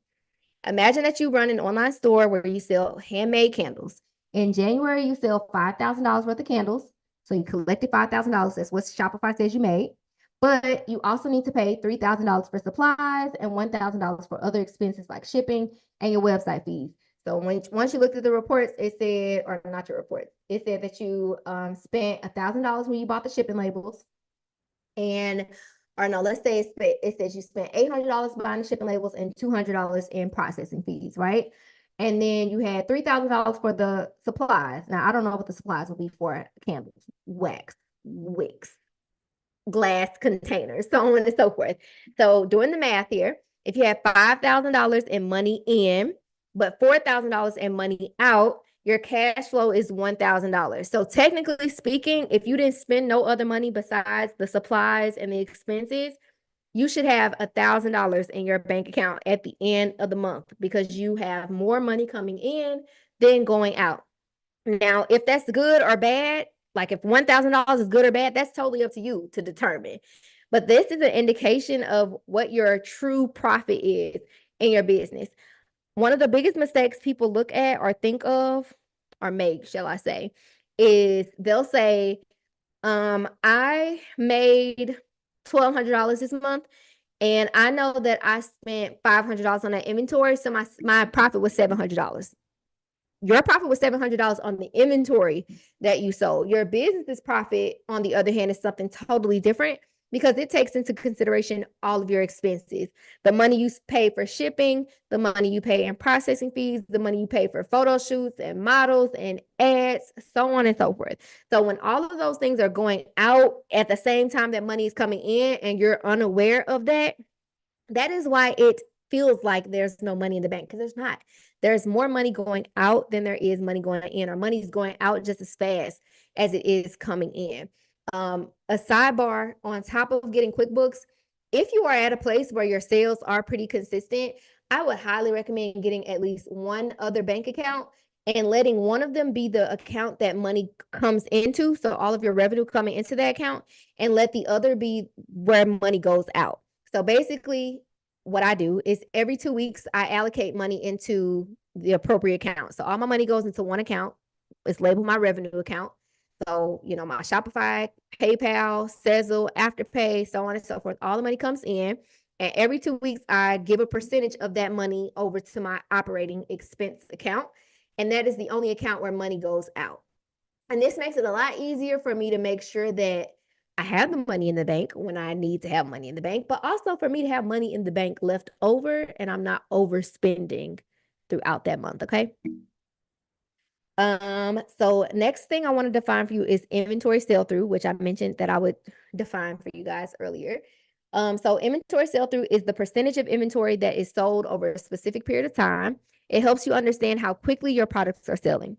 This is one of the most helpful things that I've learned in the duration of me being in business.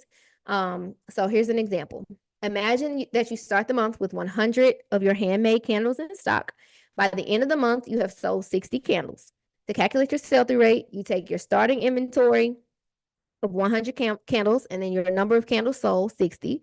And basically, it's division. So you're going to take the number of candles you sold divided by the starting number of candles you had and then multiply by 100. So this calculation would be 60 divided by 100 and then multiply by 100, which gives you 60%. So this means that you sold 60% of your inventory during the month, which indicates a good product movement. Why is this important? Why would you need to know this information? Well, if I can say in 30 days, I was able to sell 60 pieces of something, well, I can say to myself, next month in 30 days, I should also be able to sell 60 pieces of something. But also, I got to look at the marketing that I put in and say to myself, okay, well, if I were to basically double up on the marketing, same marketing, but double up on it, I should probably be able to sell that same 60 in quantity in half the time because I doubled the amount of marketing that I was doing during that period of time. This also helps me to have a more realistic perspective of how much inventory I'm probably going to sell in a month's time.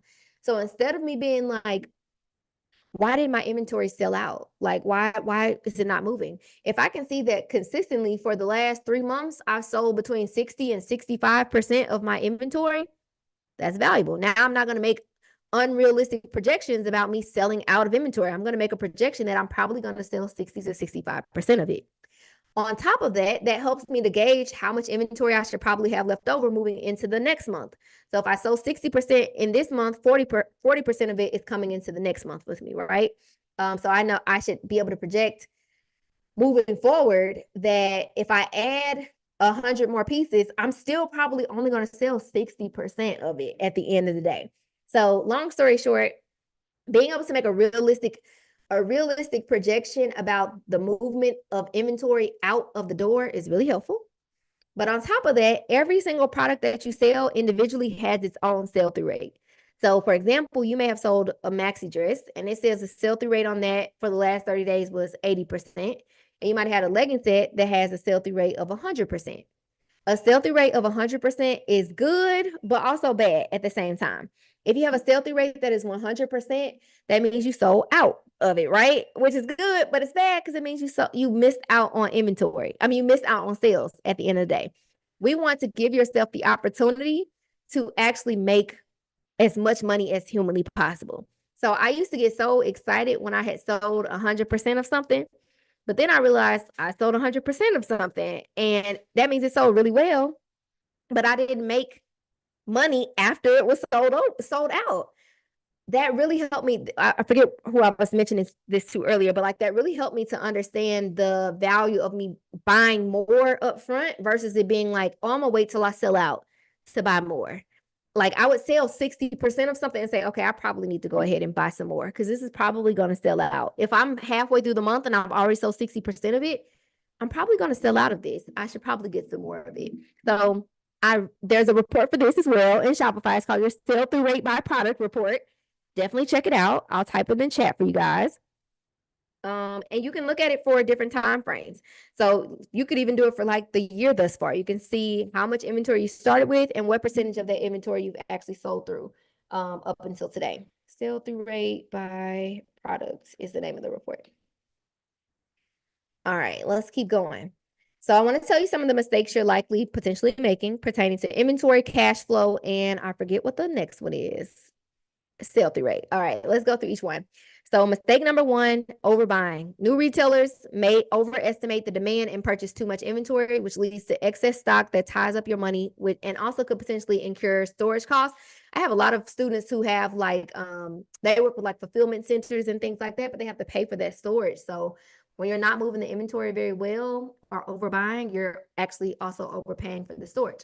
Some people are underbuying, so they might underestimate the demand and run out of stock, missing out on potential sales and also disappointing your customers. This is a big one. I used to disappoint the heck out of my customers because I was sold out all the time.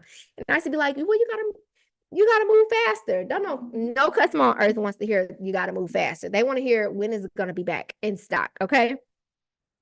Poor vendor relationships, inexperience in negotiating with suppliers can lead to higher costs or delays in receiving inventory, and then lack of market research. Without proper research, new retailers might buy products that don't align with customer preferences or market trends.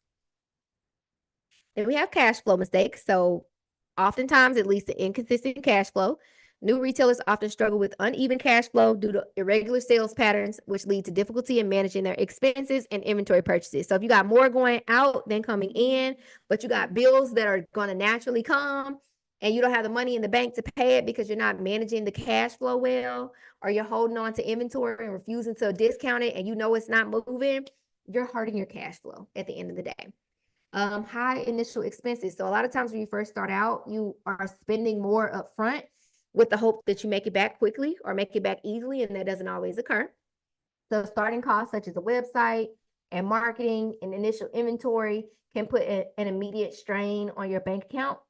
Delayed payments. So I always hear people say, well, I wanted to restock, but I had to wait. I had to wait for Shopify to deposit the money in my bank. But when you learn how to manage your cash properly, you'll have money on reserve so that when and if you need to restock something immediately, you don't have to wait for the money to land for you to be able to restock it. So payment processing times can delay cash inflows, which impact the ability to pay suppliers and cover other operational costs. And then poor financial planning. A lack of experience in budgeting and forecasting can lead to cash flow issues, which ultimately can make it hard to sustain operations and grow the business. Finances is a huge component of this, guys. I was partially joking, but also extremely serious about needing to get an accountant. Like the one, if I could summarize business into like a couple of key roles that you will need to hire for as early as humanly possible when you're making money, let me say that, it will be hiring an accountant, hiring at least an assistant, and probably getting somebody to just help you understand how to manage the inventory well. Those three roles have helped me so much in business and helped me to start doubling and tripling and quadrupling things in my business really easily. Last area where we're making a lot of mistakes is sell through. So a low sell through rate. Ultimately, you're struggling with low sell through rate with if they stock products that don't resonate with customers, leading to excess inventory markdowns. Inadequate marketing, which we talked about, when you don't feel like you're doing your due diligence, that also hurts your sell through rate. So without effective marketing strategies, even good products might not sell well, which affects your sell through rate. Seasonal misalignment. Inexperienced retailers may not account for seasonal variations in demand, leading to poor sell-through rates during certain periods of time. And then lastly, lack of data analysis. New retailers may not effectively track and analyze their sell-through rate, missing opportunities to improve inventory levels and ultimately their product offerings. And let me know if you guys have any questions about any of these things as we go through them. So I want to give you a example of what business may look like for most of you right now. So as a boutique owner, you may be launching a variety of trendy new clothes, and they're great. They're things that other people are selling, or they're things that are trending in the market. And you might be overbuying in certain categories. Maybe you overbought in summer dresses, or maybe you overbought in legging sets, or overbought in biker short sets, or whatever, because you expected there to be a really high demand. However, due to inadequate marketing and doing no research, you may end up with excess stock that doesn't sell really well. This results in cash flow issues because your money is tied up in unsold inventory. Additionally, you may not have accounted for seasonal changes or the fact that the season will change, obviously, and you find yourself with a low sell-through rate as the season ends. And instead of discounting the inventory, you packed it up to sell next year. This cycle affects your potential or overall profitability and ability to reinvest in new, potentially better selling products. So if I had to summarize this, the thing that I would say you want to make sure you don't do is become emotionally invested in any single product that you ever have in your possession. I do not care how great it is, how many people you saw sell it for full price, how many people said it was their best seller, whatever. At no point should you ever come to the conclusion that if you just do this one more thing, that this is going to be the game change. If it's been more than 60 days and you haven't sold any, or you sold 1 out of 6 or something crazy like that, it likely just needs to be discounted and let go of at the end of the day. I will also be honest with you and say that there are times where things just don't sell. Like they just don't work. As I mentioned at the beginning, I've worked for a lot of businesses that have packed up a lot of inventory and donated it to Goodwill. Well, not the Goodwill, usually to like charity where they're going to get, a tax write off and things like that. So I think it's my due diligence to tell you that there's sometimes going to be things that it just doesn't make sense for you to keep trying to put effort into, and you just let them go. I do it all the time. Unfortunately, I don't like it, but it's part of the game. So is this you right now, scared that your audience will only shop during sales and when there's a discount? So you're hoarding inventory, trying to sell it at full price. So let me know. Give me a 1 in the chat if this is you. You feel scared that your customers are going to become dependent on a sale. And I've been there, okay? I had to be like, no, I just ran a sale last Friday. I just ran a sale last Friday. I can't offer another sale so soon. The biggest problem with feeling like you can't do sales too often and things like that is typically when you're doing them like site wide, right? So when you're doing them site wide, it feels like desperation. It feels like, okay, if you're doing this way too often, like nothing on this website must be worth the price. But when it feels like a incentive, and when it feels like intentional, people don't get as what word am I looking for? Get as tied to the discount portion, right? So for example, doing like a $20 Tuesday sounds a lot more different than our whole website is $20. When you say my whole website is $20, it's like, so you mean to tell me everything on this website is really only worth $20? That's crazy. But if you say, hey, we're doing $20 Tuesdays, $20 Tuesday on these 5 items alone, that feels like an incentive. That feels like flash sale. That feels like exclusivity, right? Or if you do like buy one, get one free, or buy one, get one 50% off, buy one, get one 25% off. It still sounds like there's something of value, and it feels more like you're doing them a favor versus it being like, oh, I'm desperate to just get rid of all of our inventory. Raina said, what are your thoughts on destashing? I think it's smart. If you can find somebody that will find another business owner that's at least willing to pay you what you paid, I think it's smart and a lot quicker to move the inventory.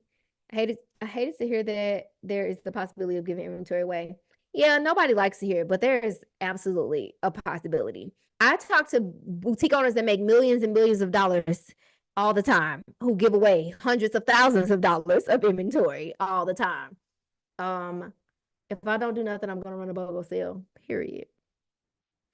Okay, let's keep going. So when you choose to hoard inventory, this is what you're actually doing. You're slowing down your cash flow and tying up your hard-earned money in inventory you just need to let go of, but you have to market it at the end of the day. So now we got to talk about pricing and marketing. So you're also likely avoiding sales and discounts because you don't know your profit margins and that you have plenty of room to offer a discount and still make a profit. So let's talk about pricing. And I hope this pricing section makes things a lot more simple in your decision making, because when I was at a point in my business where I just wanted things to be affordable, I did not realize that my desire to make everything affordable, and I should probably do quotes, affordable, was actually impacting my ability to have money in the bank, because I wasn't pricing strategically and I wasn't pricing with my expenses in mind, right? So pricing will make or break your bank account balance at the end of the day. Strategic pricing for an online retailer is the process of setting prices for products in a way that maximizes profitability, attracts and retains customers, and also positions the brand effectively in the market. It involves a combination of understanding costs, market demand, competition, and customer perception to determine the optimal price points for different products. So I always give the example of when sweatpants became my bestseller in my business. When I first started selling them, I was selling for $24.90, and I could not sell not one. It was the hardest thing I had ever sold in my life for some odd reason. At the end of the year, I put them on sale for $9.99, and my customers ate them up, sold out, instant. It was crazy. And I was so confused because I thought they didn't like them, but I just needed a lower price, actually. So I was actually getting ready to not sell them ever again. And I decided that I was going to sell them again, but with a lower price. So I changed the price from $24.90 to $19.90. And ultimately, that made them my bestseller. I sold 107 pairs of them in all of, I think it was 2020, if I remember correctly. I sold 107 pairs of those sweatpants in all of 2020. And I want to say 97 of them I sold in like the month of November. No, I think I sold 97 of them from October to December, I think. Long story short, in January, I bring them back with a price that is $5 cheaper. And I sell 107 of them, like to the T. It took me months to sell 107. And then I brought them back in new colors with a lesser price, and I sold 107 of them. And that was the first time that I understood strategic pricing by way of customer perception, and also optimizing my pricing to actually make money. I started to understand the value of me being proactive about my pricing. So being willing to lower it or raise it to see if that would change things, versus me being like, oh, I feel like the price that I chose is the right one, because it may not be the right one. So pricing is a math decision, not an emotional decision. At the end of the day, if I had to go back, I could be honest with myself and say that most of the prices that I set back then were very emotional. I used to literally be like, well, I can see so and so selling it for this amount, but I could never buy that for this amount. Or I just think that's too much for that. Or I don't think nobody would want to pay that. I don't think that, or I don't feel like this is the right price. I feel like this is a better price. All of my pricing was so emotional. And I felt like it was strategic, because I was like, oh, well, I'm at least doubling it, or it's 2.5 times what I paid for it. But in all actuality, I wasn't doing my due diligence to make sure that I was covering my expenses and also leaving myself enough room to pay myself and also keep my business afloat. So your pricing should be based on three primary factors. Number one, your data. Number two, your expenses. Number three, your goals, being how much money do you want to make? And that's not just revenue. That is also how much money you want to pay yourself. Davia said, how long before you got an assistant or help? Because as small business owners, we have to wear so many hats. Market. Yeah. So I got an assistant in 2020, if I remember correctly. So I was just under 2 years in my business. And I think I paid her at the time like $600 a month, which I thought was a lot back then. But in the grand scheme of things, it was not a lot at all, because she took pretty much, I won't say everything, but she dabbled in everything in my business. I made it a point to like have her do as many things as possible. If I did it, I was like, you got to do it too. So there were times where I gave her my login for Fashion Go, and I would just be like, fill my cart with loungewear. Like if you see things that are loungewear and you think they're cute, and she had really good fashion sense too, I would be like, fill my cart, and I'll come back in and review it myself.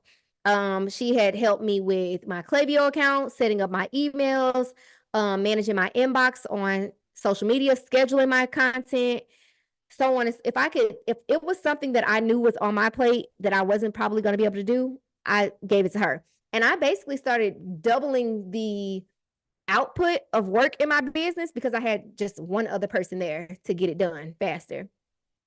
Where did you find her? I found her actually at an event that I attended. But I have had probably 3 other assistants since I hired her. And she's still my assistant till this day, actually. But I have multiple businesses. So I've had 3 other assistants, and I found them on Upwork. One, 2 of them I found on Upwork.com. I'll type that in the chat for you guys. 2 of them I found on Upwork.com. And the other one I found on LinkedIn. I've never hired anybody on for a position on Fiverr. I figured somebody's probably wondering that. I hired somebody on Fiverr for like a one-off job. But yeah, Upwork is great. All right. So your revenue is directly tied to your pricing. This is the most important thing I want you to take from this section of the class. If I have a $20 product and I want to make $2,000, I need to sell, what would that be? 10? Lord Jesus, I am so terrible with math. I hate being bad at math. Hold on. $20 times, well, that'd be 100. Yeah, 100. So if I have a $20 product and I want to make $2,000, I need to sell 100 of them, right? But if I have a $40 product and I want to make the same $2,000, I need to sell 50 of those products. So doubling the price decreases the amount of them that I need to sell by 50%. So I started doing like simple math. If I choose this price, I got to sell this many. If I choose this price, I got to sell this many. If I choose this price, I got to sell that many. That was my first inkling of strategic pricing. And it wasn't that strategic, but it got me through. I started to realize, okay, I'm gonna have to work so much harder to make the money that I want to make because I'm choosing the emotional price. If I give it just a $5 more price or a $7 higher price, I don't have to sell nearly as many to make my money back and also to make a profit. So this screenshot is from an app called Delirious Profit. I will type that in the chat for you guys as well. This is one of my favorite apps on Shopify. It's not one of those ones that adds a feature to your website or nothing like that. I know y'all love those. This is more for the back end and being able to look at your data. So this screenshot is from the screen that is dedicated to your inventory. So at the time of the screenshot, I had 1,505 total items on my site. The retail price was $33,727.34. So that's how much money I would have made if I sold all 1,500 of those products. Those products cost me $11,478.35. And if I sold them without discounts or anything like that, my potential profit was $22,248.99. So at the time of this screenshot, my average margin was 65.96%. So basically, in doing the math, this is the formula. Your potential profit divided by your retail price times 100 gives you your profit margin. The profit margin for all of my inventory combined was about 65.96%.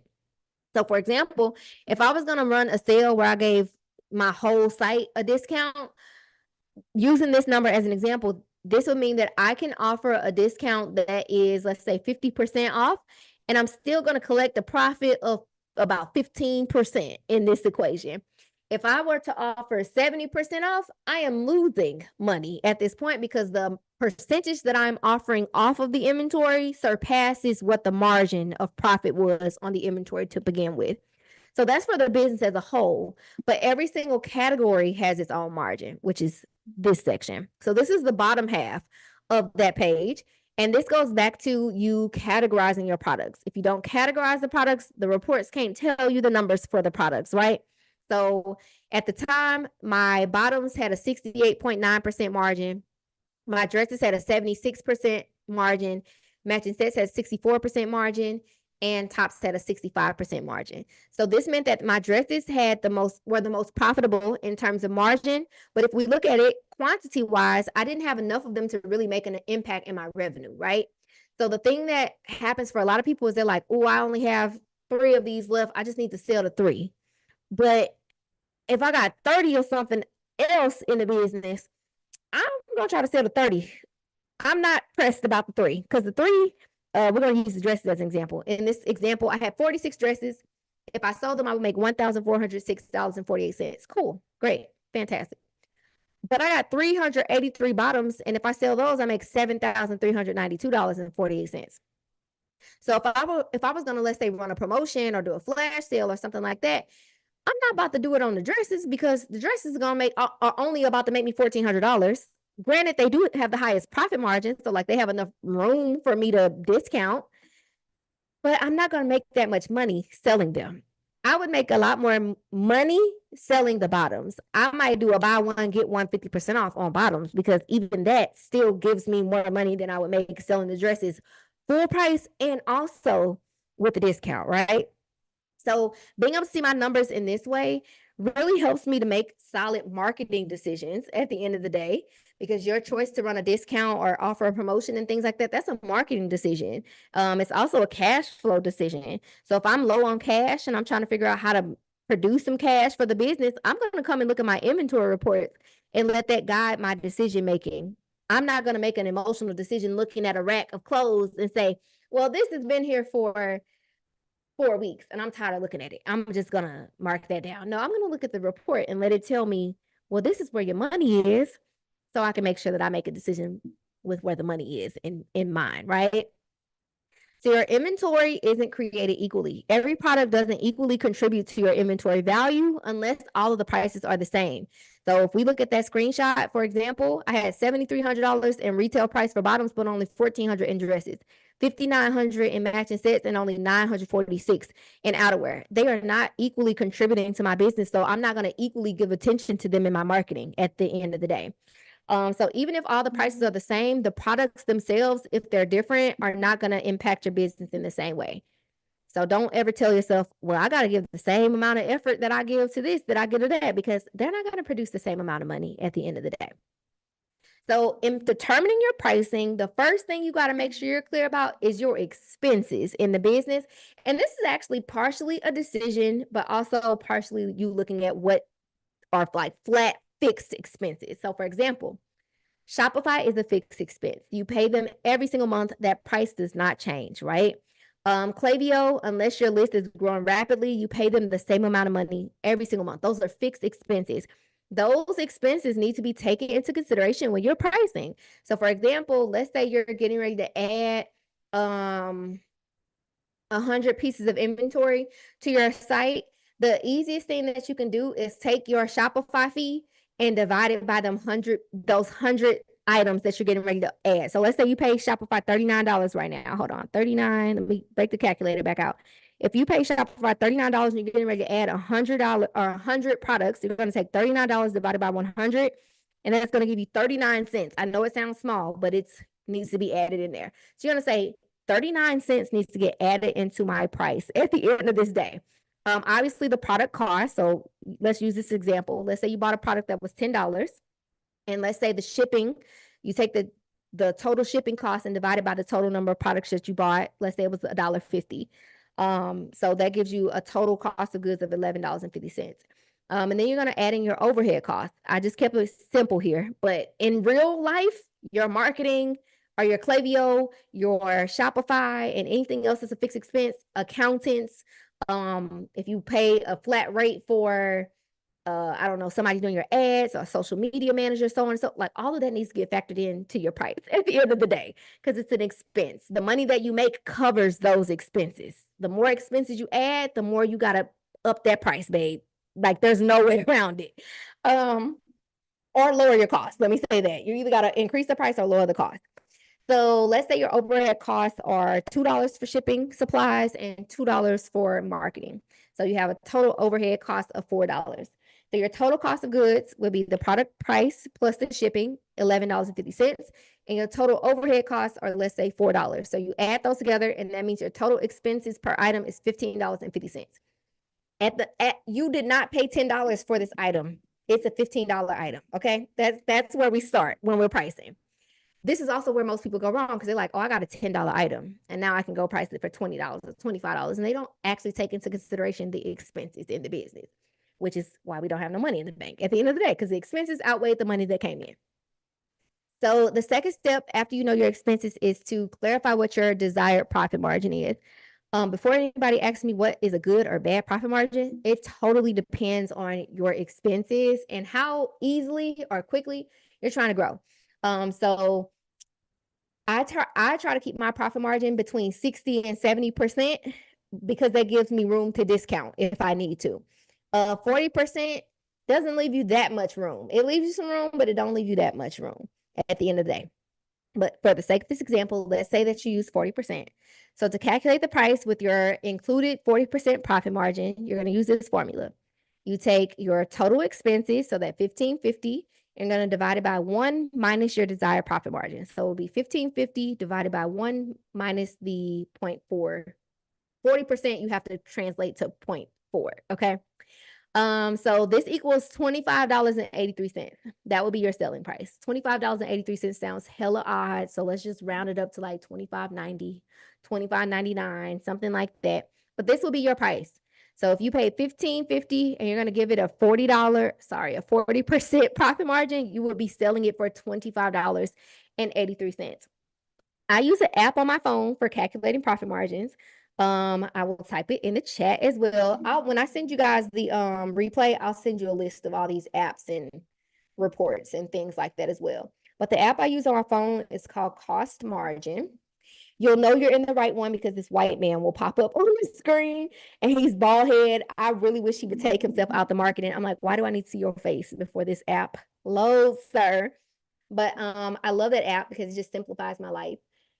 Literally whenever I'm shopping online or a trade show or whatever, I just go ahead and work the price, work the numbers, put in what my costs are going to be. I put in my desired profit margin and it tells me what the selling price would need to be. Super easy. So this is an example of what it would look like to potentially price with a 40% margin. So your profit margin is your preference. It just needs to take your expenses into consideration. One displays a product, the other attracts an audience, right? So if you're looking at, oh no, I think this is from another slide, child. That one displays the product. Yeah, that's from another slide. Scratch that. So your profit margin is your preference. Again, you can decide what you want it to be. There's no right or wrong until you can see the numbers. When you can look at the numbers and say, okay, this is how much money I spent, and this is how much money I actually had left over, how much money I actually made, then you'll know, okay, my margins are not big enough. My margins are actually way too small and I need to increase them. So pricing like this is a mistake. If you get a product that costs $10, you choose to price it at $20. This means you have a profit margin of 50%. This means that 50% of the product selling price will be profit if you sell it for $20. But it doesn't take into consideration the $1.50 shipping, the $2 shipping supplies, or the $2 marketing fees. So in this equation, your thought process is that you made $10 in profit, but in actuality, you only made, what would that be, $4.50 in profit because you didn't factor in the shipping supplies, or the marketing fees at the end of the day. So you got to know the expenses, first step in making sure that your pricing is right. Now, to give you one last step of simple math, I started realizing, well, lower price mean I got to sell more. Higher price, I ain't got to sell as many. So when I got to the point of wanting to make $1,000 per day or $1,000 in an hour and things like that, I used to have things like these tank tops, which my customers love. They love these little tank tops. However, I sell them for $14.90. So I would need to sell 68 of those to make $1,000. But then I might have something like this little set that I created from Zanana. Shout out to them. And I sold it for $59.90. I only need to sell 17 of those to make $1,000. So I still bought the things my customers love, for a price point that they love. But I occasionally had a price or a product that was priced a little bit higher because I knew that I could make the money I wanted to make a lot quicker. What happens if you outprice, basically being way higher than your competition and Amazon sellers? Do you think we lose business? Yeah, for sure. It's natural. I personally shop certain places. I would say I shop around, and I think most consumers do. So there are some customers who shop based off of convenience. I was actually talking to my sister about this earlier today. We were talking about how sometimes you shop somewhere because of the convenience of it, and you'll pay the additional cost because of the convenience, or you shop there because of the service. And then there are other places where you're like, I don't care about the convenience. I don't care if it's going to take 5 days for it to get shipped. I don't care because I'm saving however much money. So yeah, there's definitely going to be people who don't shop with you because of your price.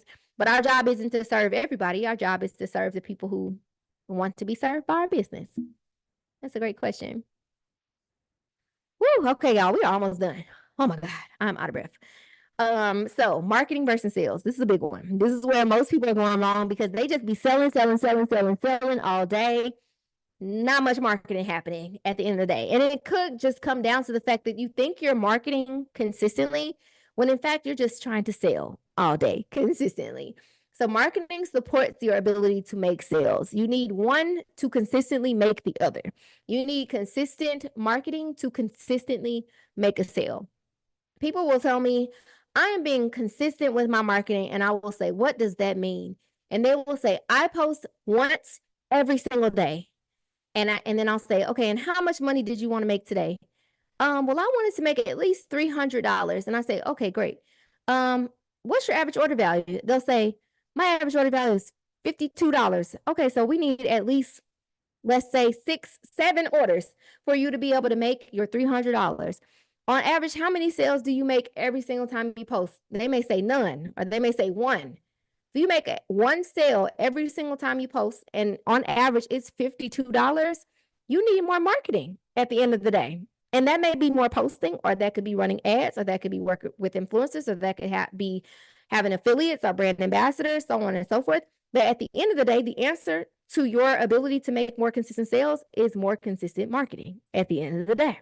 So the thing that happens for most people is that they try to quantify marketing, and there is no quantity that should be attached to marketing. There is no right or wrong answer. You posting 1 time per day, 2 times per day, 3 times per day, whatever. There's no quantity that should be attached to that. It should simply be, are we progressing towards the money that we would like to make today? If not, we got to market some more. We have to post some more. We got to find something or someone to keep these sales consistent. Otherwise, they're going to die. It's the nature of business at the end of the day. And so a picture of your product and a piece of content for your product are not the same thing. One displays a product, the other attracts an audience. This is where that line came from. So if you're confused, let me clarify. Let's say you take a picture of your product on a solid background, right? White wall, black wall, whatever your typical setting is for your pictures.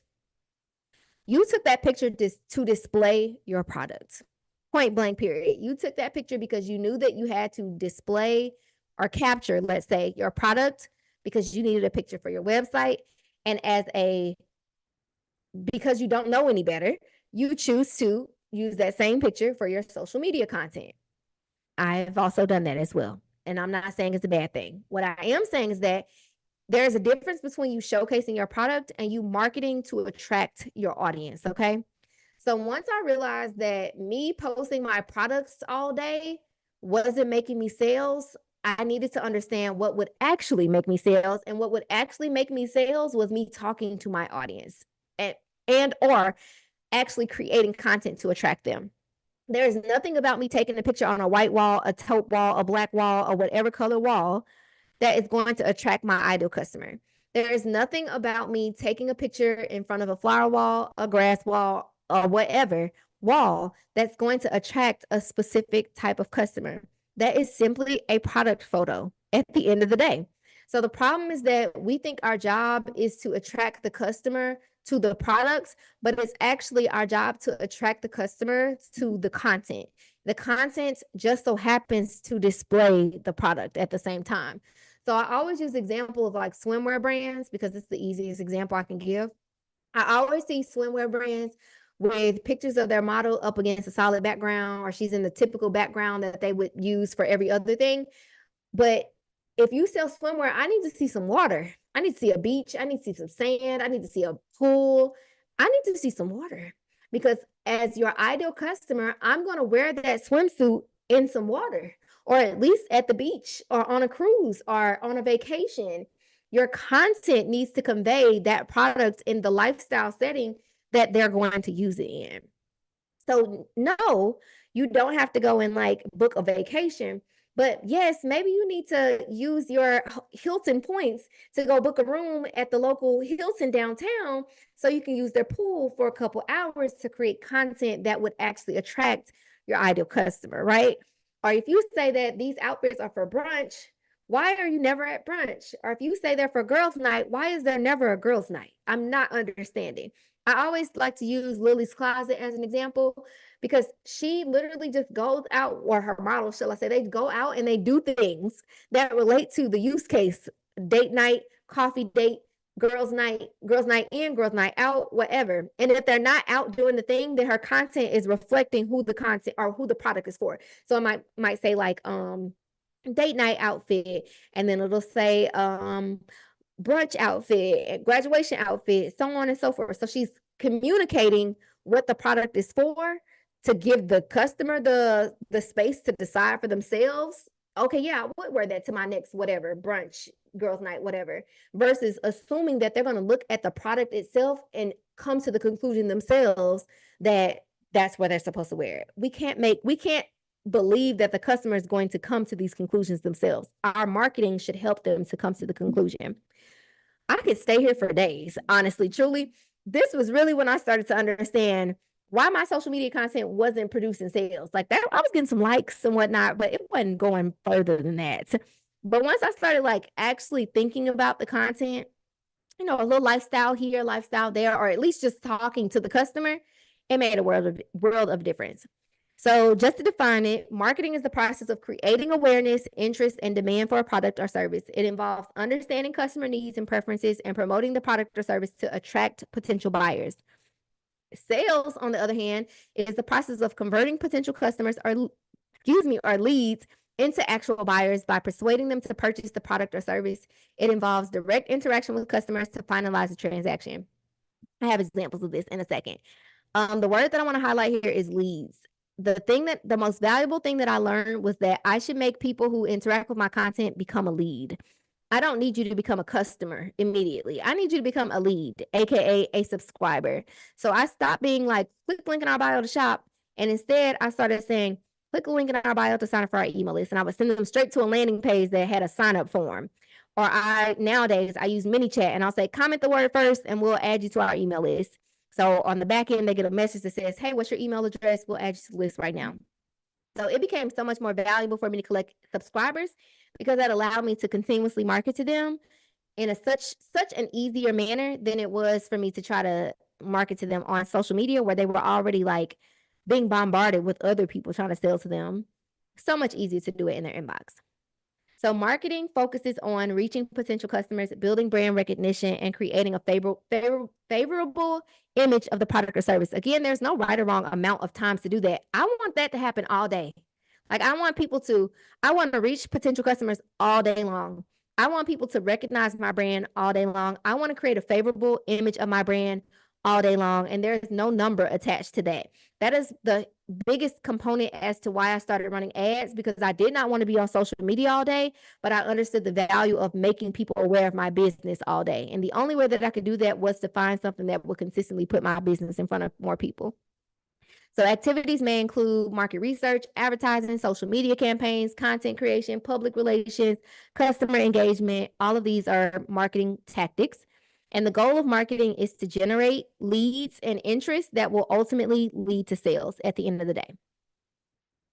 Sales, on the other hand, focuses on closing deals, meeting sales targets, and generating revenue. So it is a lot easier to sell to someone who has already expressed interest by way of them giving you a phone number, giving you their email address. It is not that easy to sell to somebody who just followed you on social media, because people follow brands and pages on social media for a multitude of reasons. Sometimes they follow because you share the funniest quotes all the time, or you just always are so inspirational, or they're inspired by how you dress and how cute you are, and they love your hair and they love your shoes. Or they're just flat out copying you. I have a lot of boutique owners that follow me not because they want to shop, but because they there to be inspired, right? So I started realizing that there was value in getting people off of the platform, because that was oftentimes a greater indication that they wanted to buy from me than them following my business on social media. So activities for sales include direct selling, customer relationship management, sometimes discounting, following up, and retargeting. So once I started collecting the leads and seeing the traffic, but the traffic wasn't converting as quickly or as easily as I thought that it would, I realized that it was powerful to follow up with people and retarget them with ads. So if you've ever seen a product follow you around on the internet, that's a retargeting ad, and that's a form of following up with people who've expressed interest in your brand and in your products. Direct selling might look like you actually like talking to those people. I've added an app. Well, I don't have it anymore. What is the app called? I can't think of the name of the app. If I think of it, I'll put it in the email later. But there's an app that will basically let you talk to people live on your website while they're shopping. So basically, it lets you spy on them, but you can also talk to them live. So like you can watch what they're clicking on or watch them as they're scrolling down the page, and you can just manually, like in the moment, send them a message and say, "Hi, my name is." You can make up a name. "Hi, my name is Stephanie. I'm here to assist you. Let us know if you have any questions." Just like if they were in a store, somebody would walk up to them and say, "Hey, let us know if you have any questions. Just so you know, there is whatever sale happening right now, or there's this really cute top that goes with the pants that you have in your hand." That doesn't often happen online, which is why we miss out on sales sometimes. But if you can put something in place to follow up and directly sell to the person, it's a lot easier for you to get the sale. So the goal of sales is to achieve revenue targets by converting leads generated by marketing to paying customers. So again, getting people on my subscriber list changed my whole life. In all honesty, I went from having very little sales coming from not social media, from email marketing, because I wasn't actively trying to grow the list, to having 30 to 40% of my revenue coming from email marketing because I focused on growing the list instead of growing the following. I used to want so bad for people to like, comment, and share my content. And I realized that it was so much more valuable for me to just get them off the platform and keep marketing to them, because there was less distractions off of social media than there were on social media at the end of the day. StoreView is an app that does that. Oh, I have to look into that one. I've never heard of that one. So here are a couple of or four types of marketing. By no means all types of marketing, but they're typically the most used. So obviously social media, promoting your products or services on social media platforms like Facebook, Instagram, Twitter, TikTok. Email and text marketing, sending promotional messages and updates directly to your customers' email or phone via text messages. Pay ads, paying for advertisements on various platforms like Google, Facebook, TikTok, so on and so forth, to reach a larger audience and drive traffic to your site. Influencer marketing, you can partner with influencers, people with large following on social media, to promote your products to their audience. So there's no such thing as too much marketing, but there is a such thing as too much selling. Typically when you sell too often, and by sale, I mean like every single post is like, shop our new blah, blah, blah, blah, blah. Click the link in our bio to grab yours. Only this many left. That's selling. You're not actually marketing at the end of the day. Marketing looks like talking about your products in a way that is applicable and of value to the customer. So I always tell people to look at influencers and UGC creators as an example, because although they're technically trying to get you a link that they're going to get, a commission from if you buy, they're marketing to you at the end of the day. And they don't show up like, "Hey guys, so check out the new blah, blah, blah, blah, blah. It's $27.99 and Amazon has 400 of them left. So click the link in my bio and grab it." They'll be like, "Okay, guys, so if you're a mom, you definitely need this item. Here's why. My daughter was doing X, Y, and Z, and I found this item on Amazon, and it does blah, blah, blah, blah, blah, and it saved us this much time," and whatever else they got to say. And then they'll say, "So you definitely need to get one too. Comment this word and I'll send you the link straight to your inbox." It does not feel like selling when you add value at the beginning, right? So if you say, "Okay, girl, so I know you go to brunch every single Sunday and you like to have Sunday fun day with your girls, but you're getting to the point where you don't have nothing else to wear. You've wore all your good outfits and it's becoming a task for you to get dressed. And now you're the late friend coming to brunch every weekend and you're sick of it and your friends are sick of it. So I have the solution. We created this collection of 10 products specifically for brunch, and we're going to model each one of them for you, and comment whatever word or click the link in our bio and it'll send you straight to the brunch collection." That is so much more valuable than you saying, "We just dropped a new brunch collection. Click link in our bio to shop." If you make it of value to the person, they're a lot more likely to shop at the end of the day. Whew, Lord Jesus. All right. So last part. This should not say strategic pricing. It should say data and analysis. Almost all the answers you need are hidden in your business's data. Okay. This is the part that nobody likes to do, but it is the part that everybody needs to do, because the data, no matter if you're making your goals or not making your goals, the data is going to tell you where you can improve. There have been plenty of times in my business when I was making money and also not making money where I just read the data to figure out what to do next. I have come to a lot of brick walls and been looking like into the sky, confused about what my next move should be. And my analytics just said, hey, this thing over here, it works really well. You should probably do that again. You should probably just like get some more of those and let them fly. So first things first, your business need goals. Secondly, it needs KPIs. I will define both of them for you. First, the goal. You need revenue goals and marketing goals. We just stated that marketing supports your ability to make goals. So, for example, if you say, I am setting the goal to get 100 new email subscribers, you are basically creating the opportunity for you to have 100 potentially new customers. If you set a goal to get 100 new followers, not really setting the goal to get 100 potential new customers. When people give you their contact information, they are saying, hey, I would love for you to give me more information about your products and services at the end of the day. So your analytics don't just share data related to your sales, they also reflect data related to your marketing. So when you look at like the traffic, where it's coming from, that gives you an indication of how well your marketing is doing. KPIs stand for key performance indicators, and they are measurable metrics used to evaluate the performance of an organization, department, team, or individual against specific strategic objectives, goals, or targets. They help you determine if you're progressing towards your goals and whether your efforts are effective and efficient. So I'll give you an example. Sales revenue. This is going to be the total revenue generated from product sales over a specific period of time, such as daily, weekly, or monthly, or annually. That's a KPI. So your revenue is a KPI.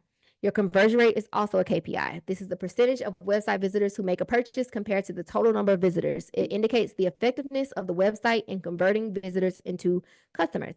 Average order value is the average amount of money spent by customers per transaction. A higher average order value indicates that customers are purchasing more products or higher price items. So these are 3 examples of areas of your business or KPIs in your business that you could set goals for. Instead of it just being, oh, I want to make $1,000, it could be, I want to make $1,000 and I want to have a $75 average order value and I want to have a 2% conversion rate. So now you can look at those metrics and say, okay, well, I am hitting my average order value goal, but I'm not hitting my conversion rate goal, which means that we have the traffic coming, but we're not converting those people well enough. So we need to either update the website, move some things around, or change something on the website to get more people to convert. So without KPIs, your business lacks clear benchmarks for evaluating performance, which makes it challenging to track progress, identify areas of improvement, and make informed decisions to drive growth and success. So people will tell me like, my business is going bad. They'll be like, it's not going good. And I'm like, what are you measuring it on? Like what does good look like? And they'll say, well, good looks like consistent sales. And I'm like, what does that mean? Is that an amount of money? Is that an amount of orders? I hate when it's amount of orders. It typically is an amount of orders, but typically they just say consistent sales. I'm not making consistent sales, so it's going bad. KPIs will help you to figure out where to do better, right? So if you say to yourself, I want to make however much money, but I also want this conversion rate, this average order value, this return customer rate, this amount of traffic, so on and so forth. Now you can look at all of those individual metrics and say, okay, well, I'm hitting this one, but I'm not hitting that one. I'm hitting this one, but I'm not hitting that one. So I need to focus on this one, the one that I'm not hitting. Because if I'm not hitting that, like let's say average order value. If you're getting the traffic, your conversion rate is good, but your average order value is down, that should immediately tell you either you need to get some products that are higher priced or you need to run a promotion that is like price based. So it's going to be like, if you, let's say your average order value is currently $50 and you want to get to 75, you could say, okay, well, I'm going to run a promotion where if you spend $100, you get 25% off or you get $25 off. Why? Because it's going to give us a $75 average order value at the end of the day. So when you set the goals for the other metrics in your business or the metrics at all in your business, you give yourself something to actually measure and use to make a decision about what is actually good and bad and what needs to move or change moving forward, right? So this is the page where most people start. They're like, I can see my analytics. I can see what it says. And they're like, I don't know what to do with that information. I don't know. I'm lost. I can just see what happens, right? So this page should be the beginning of you reading your analytics, not the end. It's going to give you basically an overview of your business's performance. So this was for April 22nd. And on this specific day, I made $3,385.42, which is cool. I'm not complaining. I can see in the next box that just under $2,500 came from my online store. And I don't know, let's say like $700 came from my mobile app. And then I don't know what this number is, but let's say it was like, I don't know, $50 from shop. I had 1,100 online store sessions. My conversion rate was 3.63. I got 48 orders. My average order value was 61.96. So all of my metrics were up compared to the previous day. So let's say the next day I'm like, man, these sales are really down. Why are they down? What should I do about it? Well, in the corner of each one of these boxes, there's a little icon. That icon is going to open a report. It's going to open a report regarding that box. So there's a report that gives you more detail about your sales. There's a report that gives you more detail about your sales channels, a report that gives you more detail about your traffic, about your average order value, about your orders, about your online store conversion rate.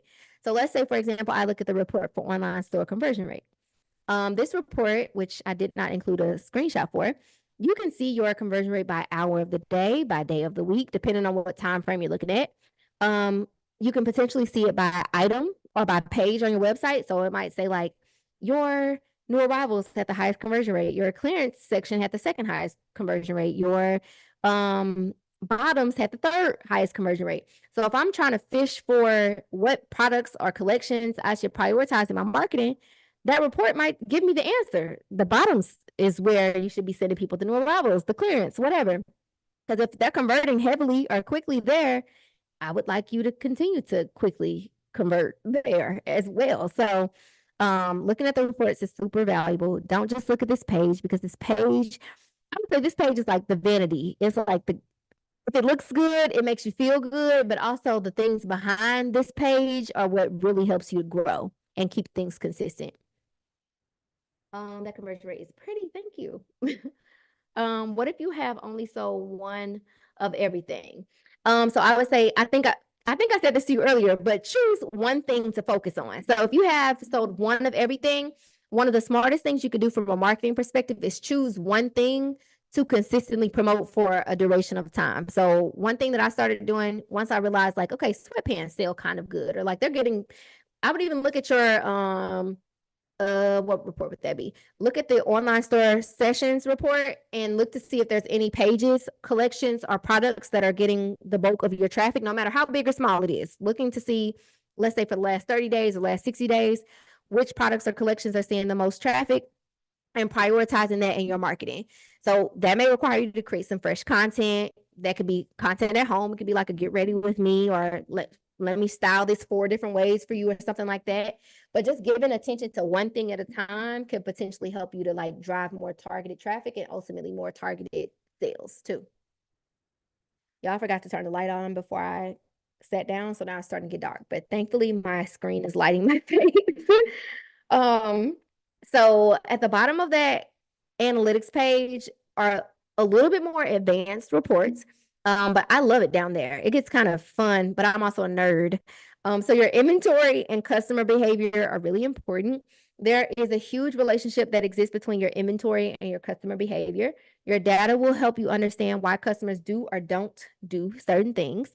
So for example, the far left has my top selling products. So I can see like not necessarily which things are making me the most money, but which things I'm selling in the highest quantity. But I can click into that report to see how much money they're making, right?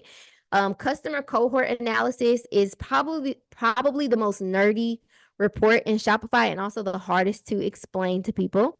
Basically, what this report shows you is how well you're retaining customers. So, for example, it'll say this is July. So, for example, it may say you had 100 customers in July, and then the next box over will say 0, or at the top it says 0, which is the following month. And it's going to show you how many of those people who shop with you in July came back and shop with you in August, and then September, and then October, so on and so forth. So it kind of gives you a perspective around how well you're getting people to come back, and also how often your customers are coming back, right? So if you see that you had 100 people come to your store in July, and then let's say in August, 20% of them came back in August, right? And then let's say you saw a huge uptick in September, maybe it went to like 50%, and then it went back down in, what would that be, October, and then it went back up in November, and then it went back down in December. That could kind of tell you that, okay, these customers are my customers shop like once every 2 months, they ain't really shopping like multiple times in a month. They're not really shopping every month. They're like every other month type of shoppers. So I like looking at the customer cohort analysis because it gives you some perspective around shopping behavior, how often people are shopping, and also how well of a job you're doing at getting people to come back. And then obviously your return customer rate just gives you the perspective of what percentage of your customers in that duration of time are returning. So this was for that April 22nd. And this is basically saying that 89.58% of my customers that shopped that day had shopped with me before. So 10 point something percent were new customers. Okay, I have gotten to the end. Let me know if any of you guys have any questions. You may be wondering, okay, how am I gonna do all this myself? Where am I gonna get the answers to all the questions? How am I gonna fix it? Because you may be like, okay, girl, there are things that need to be fixed, and I understand. I have a huge, big old program that will literally walk you through all of these things step by step. Okay, so this is an 11 module program. We start back up on Monday. Yes, Monday the 5th. So enrollment's open till the 4th. And I'll tell you guys a little bit about it. And again, if you have any questions about the presentation, let me know. If you have any questions about the program, let me know. So first things first, let's go through the modules. There are actually 4, 8, 12 modules. So the first module is understanding your numbers. Really important because up until this point, you may have taken a bunch of action, sold a lot of products, made some sales, but maybe not as much money as you would like. So I personally think it's so valuable to start off with just cleaning up the back end, figuring out what was good, what was bad, what you need to keep doing, what you don't need to keep doing, so on and so forth. So you'll learn key financial concepts like inventory valuation, cost of goods, expense management, tracking your finances the right way, and making sure you're prioritizing profitability. The program is called E-commerce Profit Plan because there are a lot of people who teach you how to make sales, but they're not teaching you how to make money at the end of the day.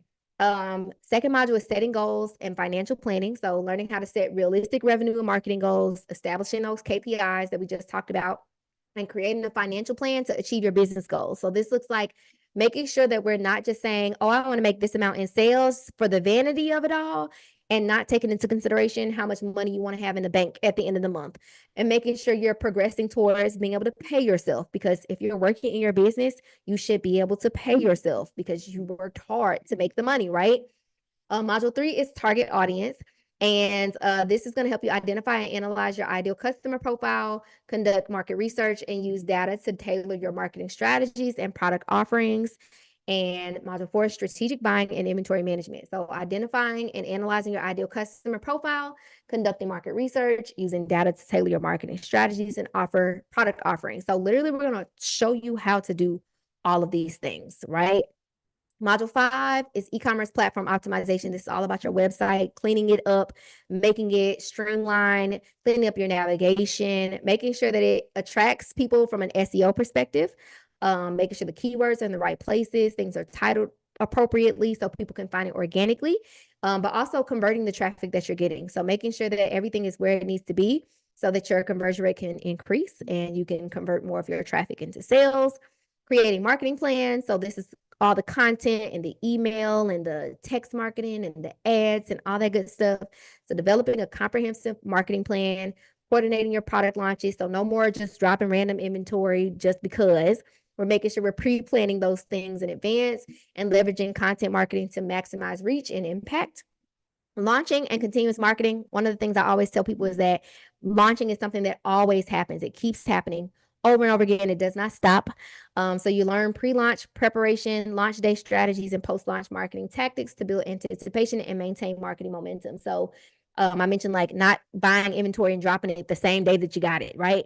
Actually taking the time to build the demand and the excitement, build an email list of people who actually want to buy from you versus you dropping it on social media and then being shocked that nobody bought. Instead, you say, okay, we're going to let you know in advance when this is going to drop and what's going to drop and give you the opportunity to sign up and let us know that you actually want to buy this. Automation and customer experience. So I don't know about y'all, but I don't want to work on my business all day, every day. I would love for that money to come to me automatically and in my sleep and while I'm on vacation and things of that nature. So learning how to automate your email and your text marketing, enhancing your customer service processes to improve efficiency and customer satisfaction. That's really important.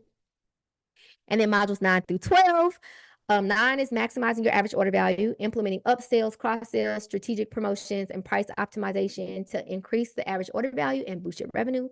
Customer retention strategies, building customer loyalty, making smart inventory decisions, developing long-term marketing strategies to foster repeat business and sustain growth, how to get them people to keep coming back, basically.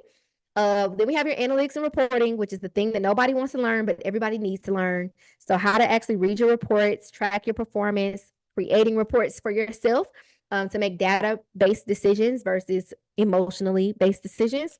And the last the last module is brand building and positioning. So developing your brand's identity, positioning it effectively in the market, and building brand awareness through strategic marketing efforts. Woo, oh my God. Raina said, are these modules under the Boutique Academy? So this program is called E-commerce Profit Plan. It's a program within the Boutique Academy. So if you're referring to the membership, I'm assuming it is not in the membership. It's totally separate. So this is a coaching program. Our membership is more of a Netflix-esque opportunity or a platform where you get access to a bunch of different trainings about a bunch of different things. And we meet, once a month to answer your questions in the community and all that good stuff. Absolutely valuable, of course, but our coaching program, E-commerce Profit Plan, is more ongoing, weekly meetings, weekly classes, bi-weekly coaching. There is myself and my co-coach, Brianka, who specializes in marketing. And it's more focused. It's more of a curriculum-based program, and it's organized in a specific order to make sure you're building your business in the right order and doing the things that you're supposed to be doing to actually grow profitably, whereas the membership is more of a self-paced learning opportunity. So on top of the modules, we will have weekly coaching or weekly classes. So these are the weekly classes. There are 11 of them. So week 1 is understanding your financials. Week 2 is effective inventory and pricing. Week 3, making your website work for you. Week 4 is effective content marketing. Week 5, product launch strategy. Week 3, building sales funnels. Week 7 is email and text marketing. Week 8 is paid ads. Week 9 is increasing your average order value. Week 10 is strategies to keep customers coming back. And week 11 is data and analytics. So the modules that I read previously, you can go through at your own pace, learn as you want. These specifically are going to be live classes with me every single week for 11 weeks straight. And we actually have a bonus, which we typically never do. I don't typically do a Black Friday training. I usually do one singular Black Friday training. We don't typically have like weeks dedicated to Black Friday, but our bonus this year is 5 weeks of Black Friday training. So weeks 12 through 16 are dedicated to Black Friday. Website strategies, effective Black Friday sales and promotions, social media, email. And then the last 2 weeks are going over you guys' Black Friday plans, which I'm really excited about. So there's tons of support, weekly live classes, bi-weekly live Q&A, bi-weekly marketing support, monthly guest experts. There's lifetime access for the program. And there is 24/7 community support. So this program actually combines 2 programs that I previously had. We had the Boutique Accelerator and E-commerce Elementary. We used to run them totally separate. We combined them into one, and I revamped the entire curriculum. So it's completely fresh and brand new. Our students will get access to the modules on Monday, August 5th. That is also when our onboarding call our welcome onboarding call is. Yeah. Is there a module on business capital? There's not, because I am not a business capital expert. I only teach things that I am 100% capable of teaching you. I've never had any grants or any loans or any of those things, so I would not be the person capable of teaching you that. However, in our membership, we do have a guest expert session. I don't know why I struggle saying that word all the time. In our membership, we do have a guest expert session on business credit. And then there's another one with another expert on grants. And I think that might be it. So we have one on credit and one on grants inside the membership. And I think that's all I got. Yeah, that's everything I got. So first things first, I'm going to send you guys the replay of this. Secondly, if anybody's interested in learning more about the program, I will put the link in the chat. And then third, if you have any questions about anything that we discussed this evening, go ahead and drop it in the chat, or feel free to raise your hand. There should be a little raised hand icon at the bottom of your screen where you can raise your hand. And I will be more than happy to answer any questions that you guys may have. let me know. Let's see, it's 8:40 my time, so it's like 9:40 for most of y'all if you're on the East Coast.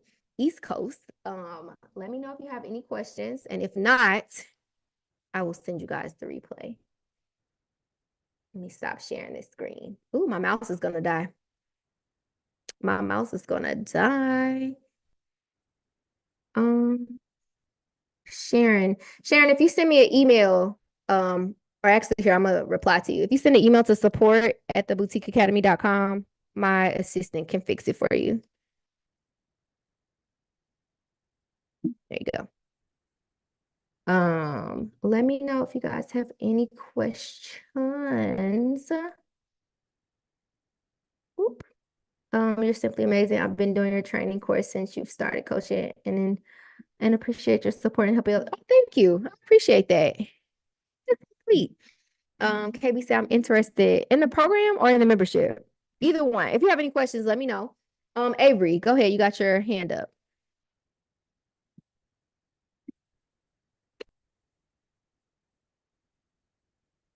Or did you? I'm sorry. Oh, there you go. Zoom has changed over here too. I was like, how do I get back? So the space that I'm in right now with business is just kind of like a regroup or reanalyze. Like, okay, Mhm. I gotta figure something out. Like I feel like I did everything wrong. And well, not necessarily everything, but I feel like I made I guess my number one step is to really get deeper in my analytics. But I just feel like I have made made customer assumptions based on, I guess you could say, based on COVID times, and COVID Mhm. times weren't necessarily realistic, like you keep Yeah. telling us.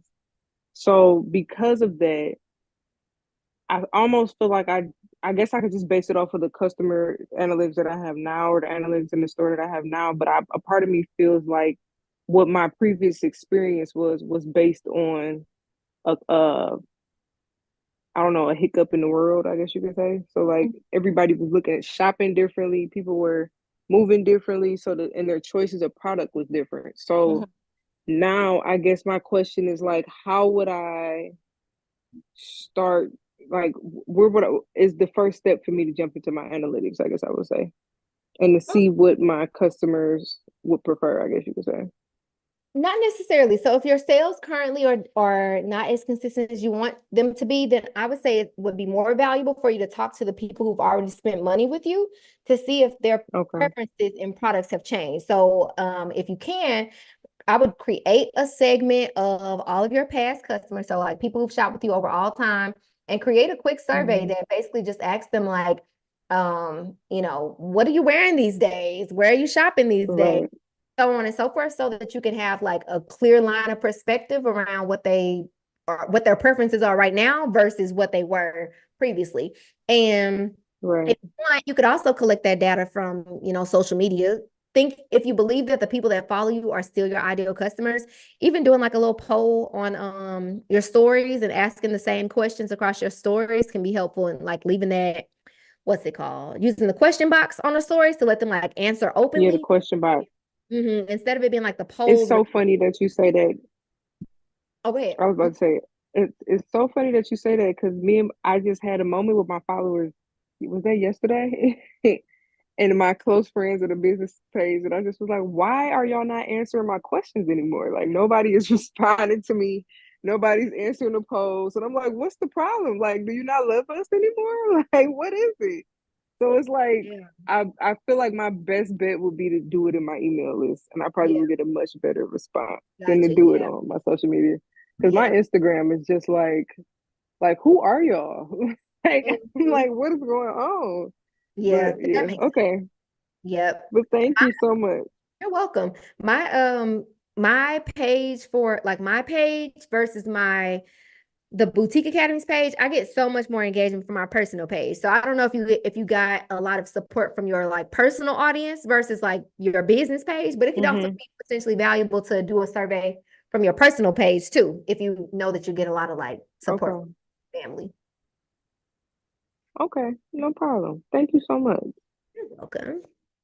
Raina said, "Are you attending Magic in Vegas?" I think I am. I did not go at all last year, which is so crazy of me because typically I go every February and August. So I think I'm gonna go.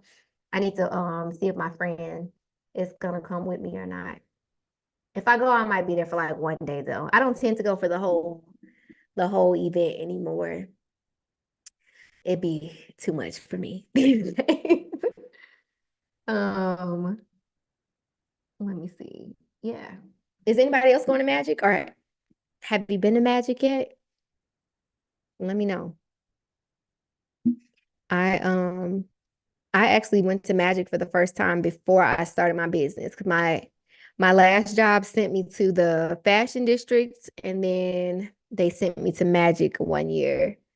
So I was my first experiences in both the fashion district and the trade show was me getting to spend somebody else's money, which was very exciting. Me spending my own money, stressful. So stressful. I need to go. Yeah, it's a good time. First time going this year. Love it. That's exciting. The first time is always it is the most exciting time and also the most stressful time, if I'm being honest, because it's so overwhelming. There's so much to see, so many things to pick up. And if you're not strong, oh my goodness, you will end up ordering a whole bunch of stuff that you did not need. I've seen you at Magic twice. Oh, I think I'm gonna go in February. Do you help with virtual assistant? Like finding a virtual assistant? I don't know much about. I am not great at hiring. I actually prefer to hire somebody to help me hire. I've hired a operations manager in the past or online business manager, but that comes with more than just them hiring for you too. So yeah. When's the last day to get the class? It's Sunday, Sunday the 4th. You should offer a course on magic shopping. That's a good idea. That's a really good idea. I might do that. Are you still doing one-on-one coaching? I do one-on-one coaching. If you send me a DM, I'll send you the link. I don't do it too often. And the only reason I don't do it too often is because, and this is not for Sierra, because I don't know Sierra, okay? So, but I don't do a lot of one-on-one coaching because most people want to do one-on-one coaching simply because they want to ask their questions in secret, which is okay. But a lot of times the questions that they want to ask, I've already answered for free. So there's like a little form you have to fill out before um the what's it called? The call. So that way I can know what you want help with. And if I need to refund you or not even book the call, I am a what word am I looking for? I want to make sure that everyone protects their investment. So if I know I got a 60-minute free training on the thing you're about to ask me, it's like, I don't want you to pay me to get on a call and I've already answered the question for free. So that used to happen to me a lot. It's like, girl, I had a whole class on that or a 5-minute video that I could have, sent that to you. I'm not sure if I missed it. Will the past students be included in new cohort calls? Yep. You sure will.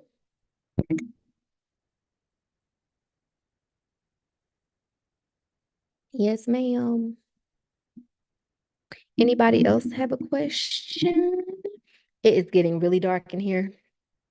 Kind of spooky. Um, all right, guys. Well, oh, Monique, you have a question? I'm not good at content. Any help? Ooh, hold on.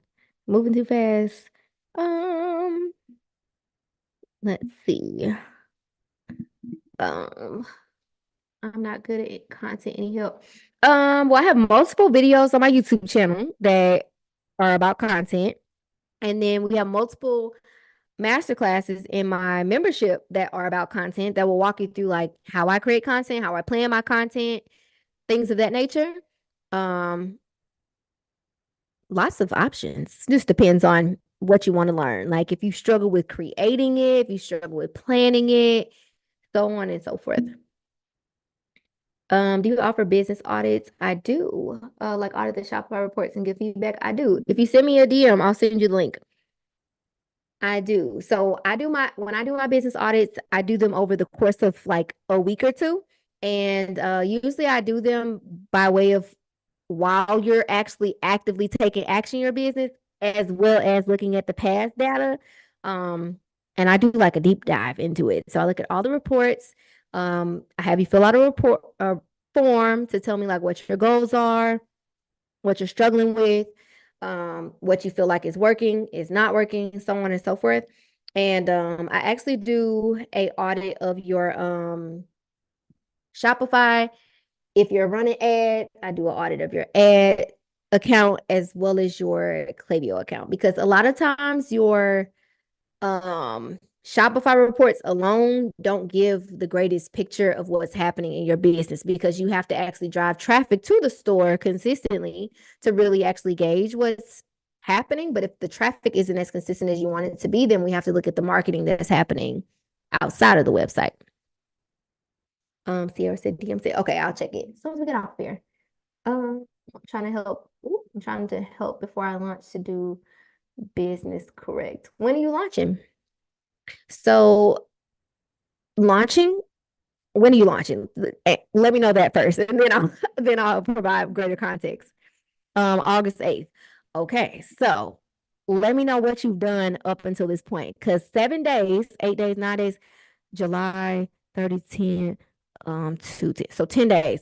10 days is not a long time to plan the launch. So I don't know how much prep you've put into it, but a launch typically, or a good launch strategy, should occur across a 30-day window of time. And during that 30-day period of time, you should be focused on gaining email subscribers, so that you can gauge what the product demand is going to be. You should be focused on showcasing the products to the consumers so that they actually know what you're about to drop for them. And basically, they should have all of the product details that they need to have to make a purchasing decision at the end of the day. So I would definitely write out like what you have done and what you have not done, and see if that makes a difference in like you choosing to go ahead with your launch, or if you're like, okay, no, I have not planned out what I need to plan out here. Um, um oh, hold on.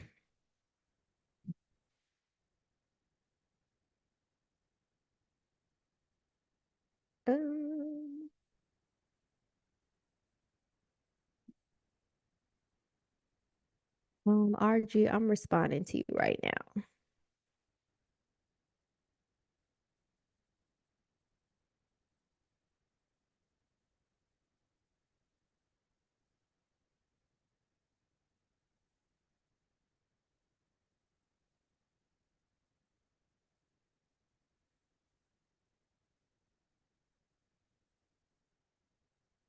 Raina says,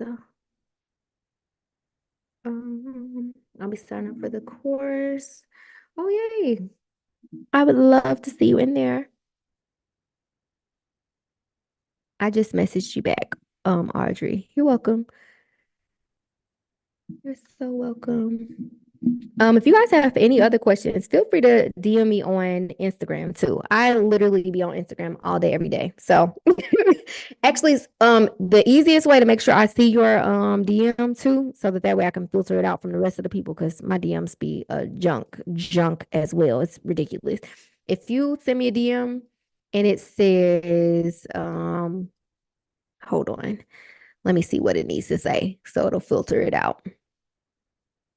So if you DM me the words "help me," it will literally filter your filter your reports out. It's the thing that I get DM the most, and it lets me know like, okay, this person actually won't help, instead of somebody, people be, what's the word? They'll DM me like, this cute, or be like the little what's the thing called? The little emoji reactions, and then my DM just be filled.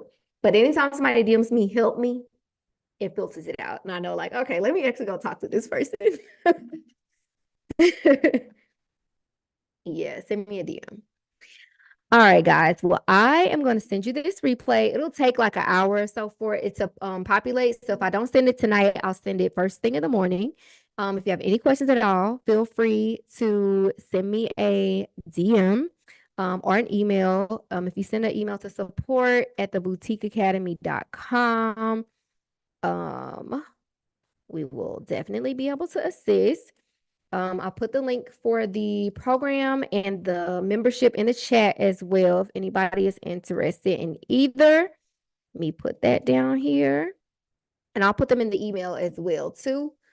So if you need to get back to them, you can. Let me drop that down here. Boom. There we go. And otherwise, I will see you guys on the internet somewhere, I'm sure, at some point. I hope you enjoyed this class. Let me know if you got, give me a one in the chat if you enjoyed this class. Um, I'll be telling my sister, like, I want to be one of those people that like do the same class over and over again, and I can't. I just be like, I gotta create a whole new version of the class. Yes. Okay, perfect. I'm glad you guys enjoyed it. Perfection. Well, I enjoyed spending my evening with you guys. Thank you for spending your evening with me. I know it's late for some of you guys, so I hope you sleep well. And again, if you need any help at all, please don't hesitate to reach out. My DMs are always open. All right, ladies, good night. See you later.